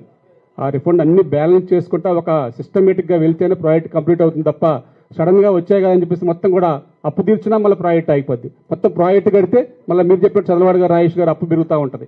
ఇవన్నీ బ్యాలెన్స్ చేసుకుంటా పోవాలి. బ్యాలెన్స్ చేసుకుంటూ పోవాలంటే ఒక సమర్థవంతమైన కమిటీ ఉండాలి, అన్ని తెలిసిన సభ్యులే ఉండాలి. కాబట్టి మేము ముందుకెళ్తున్నాం. మీరు ఇందాక ఇంకోటి కూడా ఒక క్లారిటీ ఇవ్వాలి. అసలు 175 కోట్లు ఎందుకైందని కూడా మీరు మళ్ళీ మీకు సందేహం వస్తుంది. ఓవరాల్గా 175 కోట్ల రూపాయల్లో 80 కోట్ల రూపాయలు ఓన్లీ సభ్యులకే రిఫండ్ ఇవ్వాలండి. నేను వచ్చాక కట్టిన సభ్యులు, మీరు వచ్చాక కనుక 94 నుంచి ఈ రోజు దాకా వెయిటింగ్లో ఉన్న సభ్యులు వాళ్ళ అమౌంట్ మన దగ్గర 80 కోట్ల రూపాయలు ఉంది. ఈ రోజు 17 కోట్ల రూపాయలకు రిఫండ్ అప్లై చేసి ఉన్నారండి. 6 నెలలు తిరుగుతారు, రోజు తిరుగుతూ ఉంటారు. ఇప్పుడు ఇక్కడ కూడా నా తెలిసి ఉండే ఉంటారు ఒక 4-5. ప్లస్ ఉన్న ప్రాజెక్ట్ కంప్లీట్ చేయాలంటే 40 crores కావాలి. చదలవాడ శ్రీనివాస్ గారు వాళ్ళ బాబు రాజేష్ గారి పేరు మీద ఇచ్చిన లోన్ తీర్చాలంటే సుమారు ఒక 50 కోట్ల రూపాయలు కావాలి. వాటర్కి 5 కోట్లు కట్టాలి. హెచ్ఎండి పర్మిషన్లకి, ట్రాన్స్ఫార్మర్లకి, మీకు అన్ని క్లుప్తంగా కూడా ఉందండి మా దగ్గర. ఎందుకంటే అసలు క్లారిటీగా ఉంటుందండి ఇక్కడ. ఎందుకంటే కొంచెం మన ఆఫీస్ మెయింటైన్ చేయడానికి ఆఫీస్ ఎక్స్పెండిచర్లు కానీ ఇవన్నీ కూడా ఉంటాయి. ఇవన్నీ కూడా కలుపుకొని క్లారిటీగా క్లియర్గా 172 కోట్ల రూపాయలండి ఈరోజు. దీంట్లో ఫిగర్లు మారేది ఏముండదు. ఎందుకంటే గవర్నమెంట్ ఆడిట్ ప్రతిదీ రూపాయి ట్రాన్స్పరెంట్, ఏదేం క్యాష్ కాదు, మొత్తం కూడా వైట్. ఇది కూడా ఏంటి, ప్రాజెక్టు కనుక ఆ కొత్త ప్రాజెక్ట్ స్టార్ట్ అయితే, లేకపోతే ప్రతి మనిషి మీద 5 లక్షల రూపాయలు భారం వేసుకోవాలి. As per cooperative society rules ఏంటంటే అప్పున్నా లాభమున్నా ఉన్న సభ్యులు భాగస్వామ్యం చేసుకోవాలి.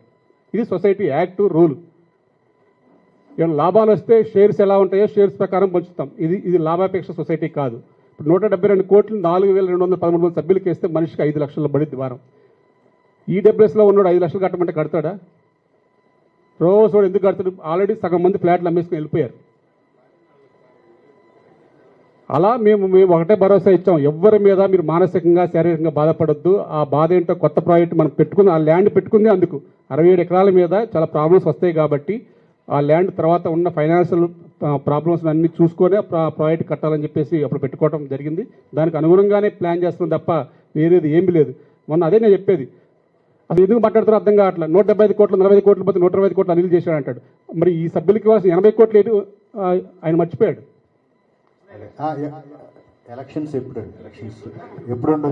ఎలక్షన్స్ మాకు నిన్నటితో అయిపోయిందండి. ఆల్రెడీ ఓటర్ లిస్ట్ వెరిఫికేషన్ కూడా అయిపోయింది. ఎనీ టైం రావచ్చు. అది డేట్ అనేది నా పరిధిలో ఉంటుంది కాబట్టి వారు మ్యాక్సిమం విత్-ఇన్ 1 month లోపల ఎలక్షన్ ఉంటుందని భావిస్తున్నాం. ఏదైనా సంక్రాంతి లోపే అయిపోవాలనుకుంటున్నాం.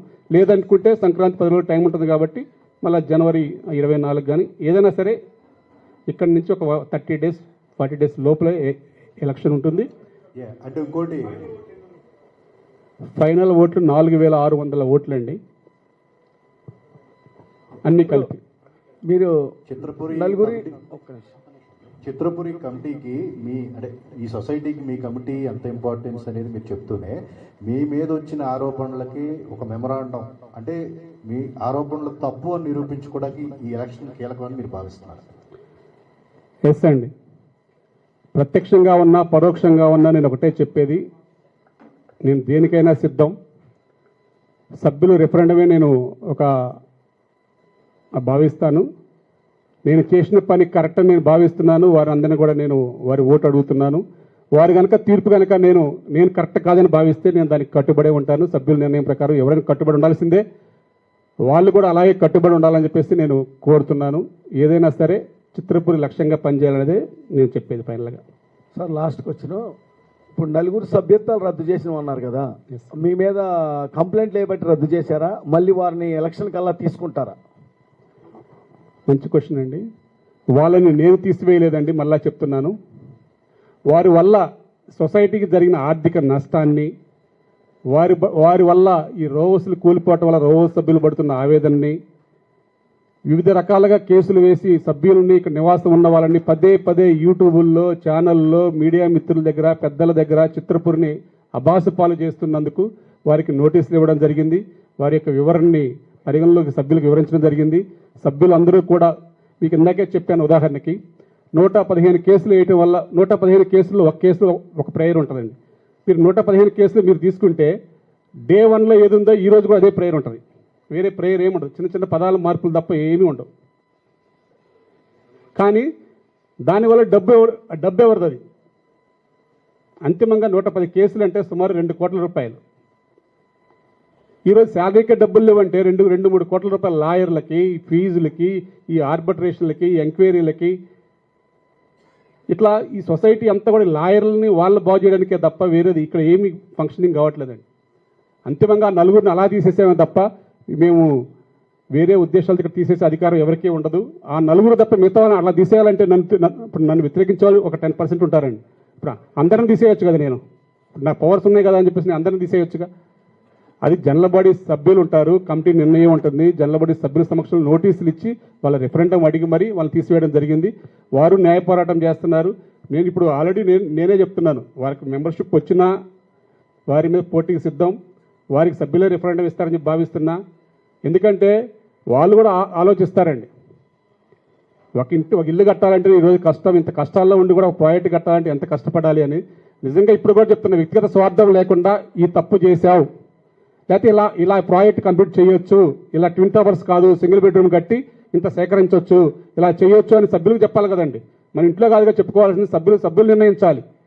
అలా వచ్చి నువ్వు ప్రజెంటేషన్ ఇస్తే రేపొద్దున మన జనరల్ బాడీ క్లుప్తంగా మీకు నోటీసులు రాసా వాళ్ళకు కూడా, ఏమంటే లాస్ట్ జనరల్ బాడీ మనకి ఎలక్షన్స్ ఉంటాయి, నిజంగా మీరు కనుక మంచి ఆలోచనతో ఉంటే సభ్యులకు వివరించుకోండి. వారు స్వీకరిస్తే వెంటనే కమిటీ మేము దిగిపోయి మిమ్మల్నే పెడతామని చెప్పాను. మేమే సపోర్ట్ చేస్తామని చెప్తున్నా, ఇప్పుడు కూడా చెప్తున్నా.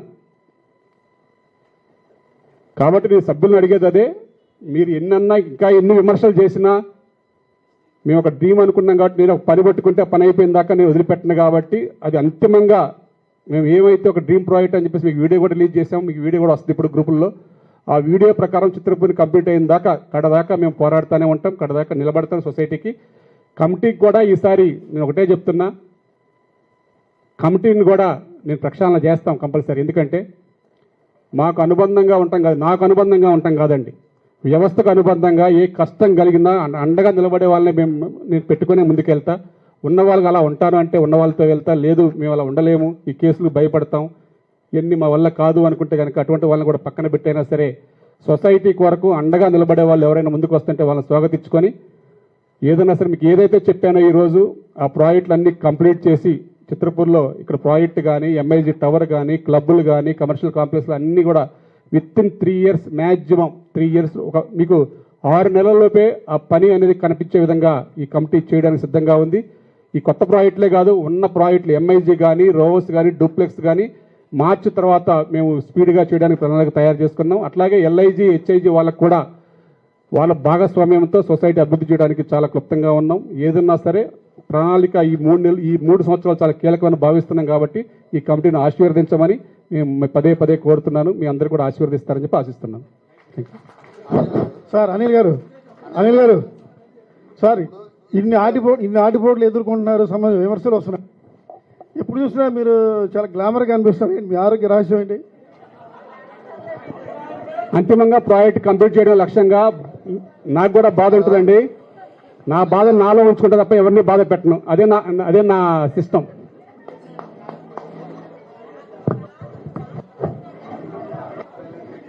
వచ్చిన మీడియా మిత్రులందరికీ కూడా చాలా ప్రత్యేక ధన్యవాదాలు. ఇలాగే ఏదన్నా రెండు పక్కల వివరణ తీసుకోండి. ఒకళ్ళు వచ్చి ఏదో అభియోగం మోపగానే దాన్ని పదే పదే స్టోల్ చేయొద్దు. దయచేసి బై రిక్వెస్ట్ ఇటు కూడా సొసైటీకి వచ్చి వారి దగ్గర ఉన్న ఆధారాలతో కూడా తీసుకొచ్చి మా వివరణ తీసుకున్న తర్వాత పదే పదే సభ్యులను అయోమయానికి గురి చేయకుండా వాస్తవాన్ని ముందుకు తీసుకెళ్దాం, ప్రాజెక్ట్ని కంప్లీట్ చేసుకుందాం. ఏదైనా సరే అందరూ కూడా మీడియా మిత్రుల సహకారం లేని ఏది కాదు. దయచేసి వ్యక్తిగత విమర్శలు లేకుండా సొసైటీ యొక్క లక్ష్యంగా పనిచేద్దామని చెప్పేసి కోరుతున్నా. ఇప్పుడు కూడా చెప్తున్నా, ఇదే రమేష్ గారిని, కస్తూరి శ్రీనివాస్ గారిని, ఠాగూర్ గారిని, ఉదయ్ శంకర్ గారిని కూడా ఇప్పుడు కూడా ఆహ్వానిస్తున్నాం. ఏదైనా ఉంటే కూర్చొని మాట్లాడదాం, కలిసిమెలిసి ప్రాజెక్ట్ ఎలా కంప్లీట్ చేయాలి, మీ దగ్గర విజన్ ఉంటే నేను పనిచేయడానికి సిద్ధంగా ఉన్నా అని చెప్పేసి సభాముఖం తెలియజేస్తున్నా. Thank you.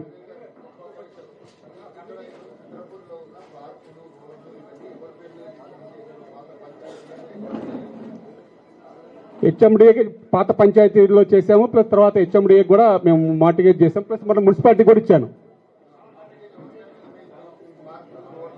కొన్ని పంచాయతీ పేరు మీద ఉన్నాయి, కొంత ఇప్పుడు లేటెస్ట్గా మున్సిపాలిటీకి కూడా హ్యాండ్ ఓవర్ చేసాం. మా దగ్గర ఏం లేవంటున్నారు వాళ్ళు. మేము లేఅవుట్ ఇచ్చాము, ఒకటే లేఅవుట్, మేము మార్కింగ్ ఉంటుంది, మాది హెచ్ఎండిఏ లేఅవుట్. మేము కొత్తగా తయారు చేసేది ఏముండదు. ఇప్పుడు కొంతమంది మున్సిపాలిటీలో చిత్రపూర్కి ఫండ్స్ ఎట్లా ఇస్తున్నారు, మున్సిపాలిటీ డబ్బులు అక్కడ ఎట్లా ఖర్చు పెడుతున్నారు అని అడుగుతున్నారు. పెట్టాలి కదా, గవర్నమెంట్ రోడ్లు అంతా ఉన్నప్పుడు ఎందుకు పెట్టాలి? అంటే ఇది అందులో రోడ్లు ఇవన్నీ వాళ్ళకి చేయలేరు, రిజిస్ట్రేషన్ అంటారు. మేమైతే ఇచ్చాం, మేము సబ్మిట్ చేసాం, డాక్యుమెంట్ సబ్మిట్ చేశాను. మాది ఒకటే లేఅవుట్ అండి, జీవో నెంబర్ 658లో మాది క్లారిటీ క్లియర్గా, మాది ఒకటే లేఅవుట్, 67 ఎకరాలు ఒకటే డాక్యుమెంట్. మిగతా మాకేమి ముక్కలు డాక్యుమెంట్లు లేవు. అనిల్ గారు, ఇప్పుడు ఈ ఎస్టీపీ అనేది వర్క్ చేస్తుందా? ఒకటి చేస్తుందంటే ఒకటేమో వేరే వర్క్ చేస్తుంది. చిన్న ఎస్టీపీ రన్ చేస్తున్నాం. పెద్ద ఎస్టీపీ ఇప్పుడు వర్కింగ్లో ఉంది. ఎందుకంటే కైరో స్కూల్ పక్కన గోడ పడిపోయింది మన వర్షాలకి, అందువల్ల అది వర్క్ చేయట్లేదు, టెంపరీగా వర్క్ చేయట్లేదు. అతి త్వరలో మళ్ళీ స్టార్ట్ అయింది, ఎందుకంటే ఆ రిటైనింగ్ వాళ్ళు అయిపోయిన తర్వాత స్టార్ట్ చేస్తాం. అనిల్ గారు, మొన్న 2005 నుంచి ఇప్పుడు 2025 దాకా అంటే దానిపైన కమిటీ ఒక నివేదిక ఇచ్చింది కదా, దాదాపు 43 కోట్ల దాకా ఇలా జరిగింది కట్టాలి అనేసింది. అంటే ఏ కమిటీ అప్పుడు ఉన్న వాళ్ళు కట్టారా, లేకపోతే ఇప్పుడు ప్రస్తుతం వస్తున్న కమిటీ ఎవరైనా కట్టారా? దాంట్లో పేర్లు ఎవరైతే ఉన్నాయో వాళ్ళు మాత్రమే బాధ్యులు. ఇప్పుడు ప్రస్తుతం కమిటీకి సంబంధం లేదు. ఈ కమిటీలో మేమున్నాం కాబట్టి నేను కానీ, రఘు గారు కానీ, ప్రవీణ్ గారు కానీ మేము బాధ్యులం అవుతాం. ఆ కాదంబరి కిరణ్ కానీ, మహాన్ రెడ్డి కానీ. ఈ కమిటీకి ఎటువంటి సంబంధం లేదు, కమిటీ క్లీన్ చిట్గా ఉంది. థ్యాంక్ యూ అండి. అందరూ మీడియా మిత్రులందరికీ మరొకసారి ధన్యవాదాలు తెలియజేసుకుంటున్నాం. అందరూ కూడా భోజనం చేసి వెళ్ళాలని చెప్పేసి కోరుతున్నాం.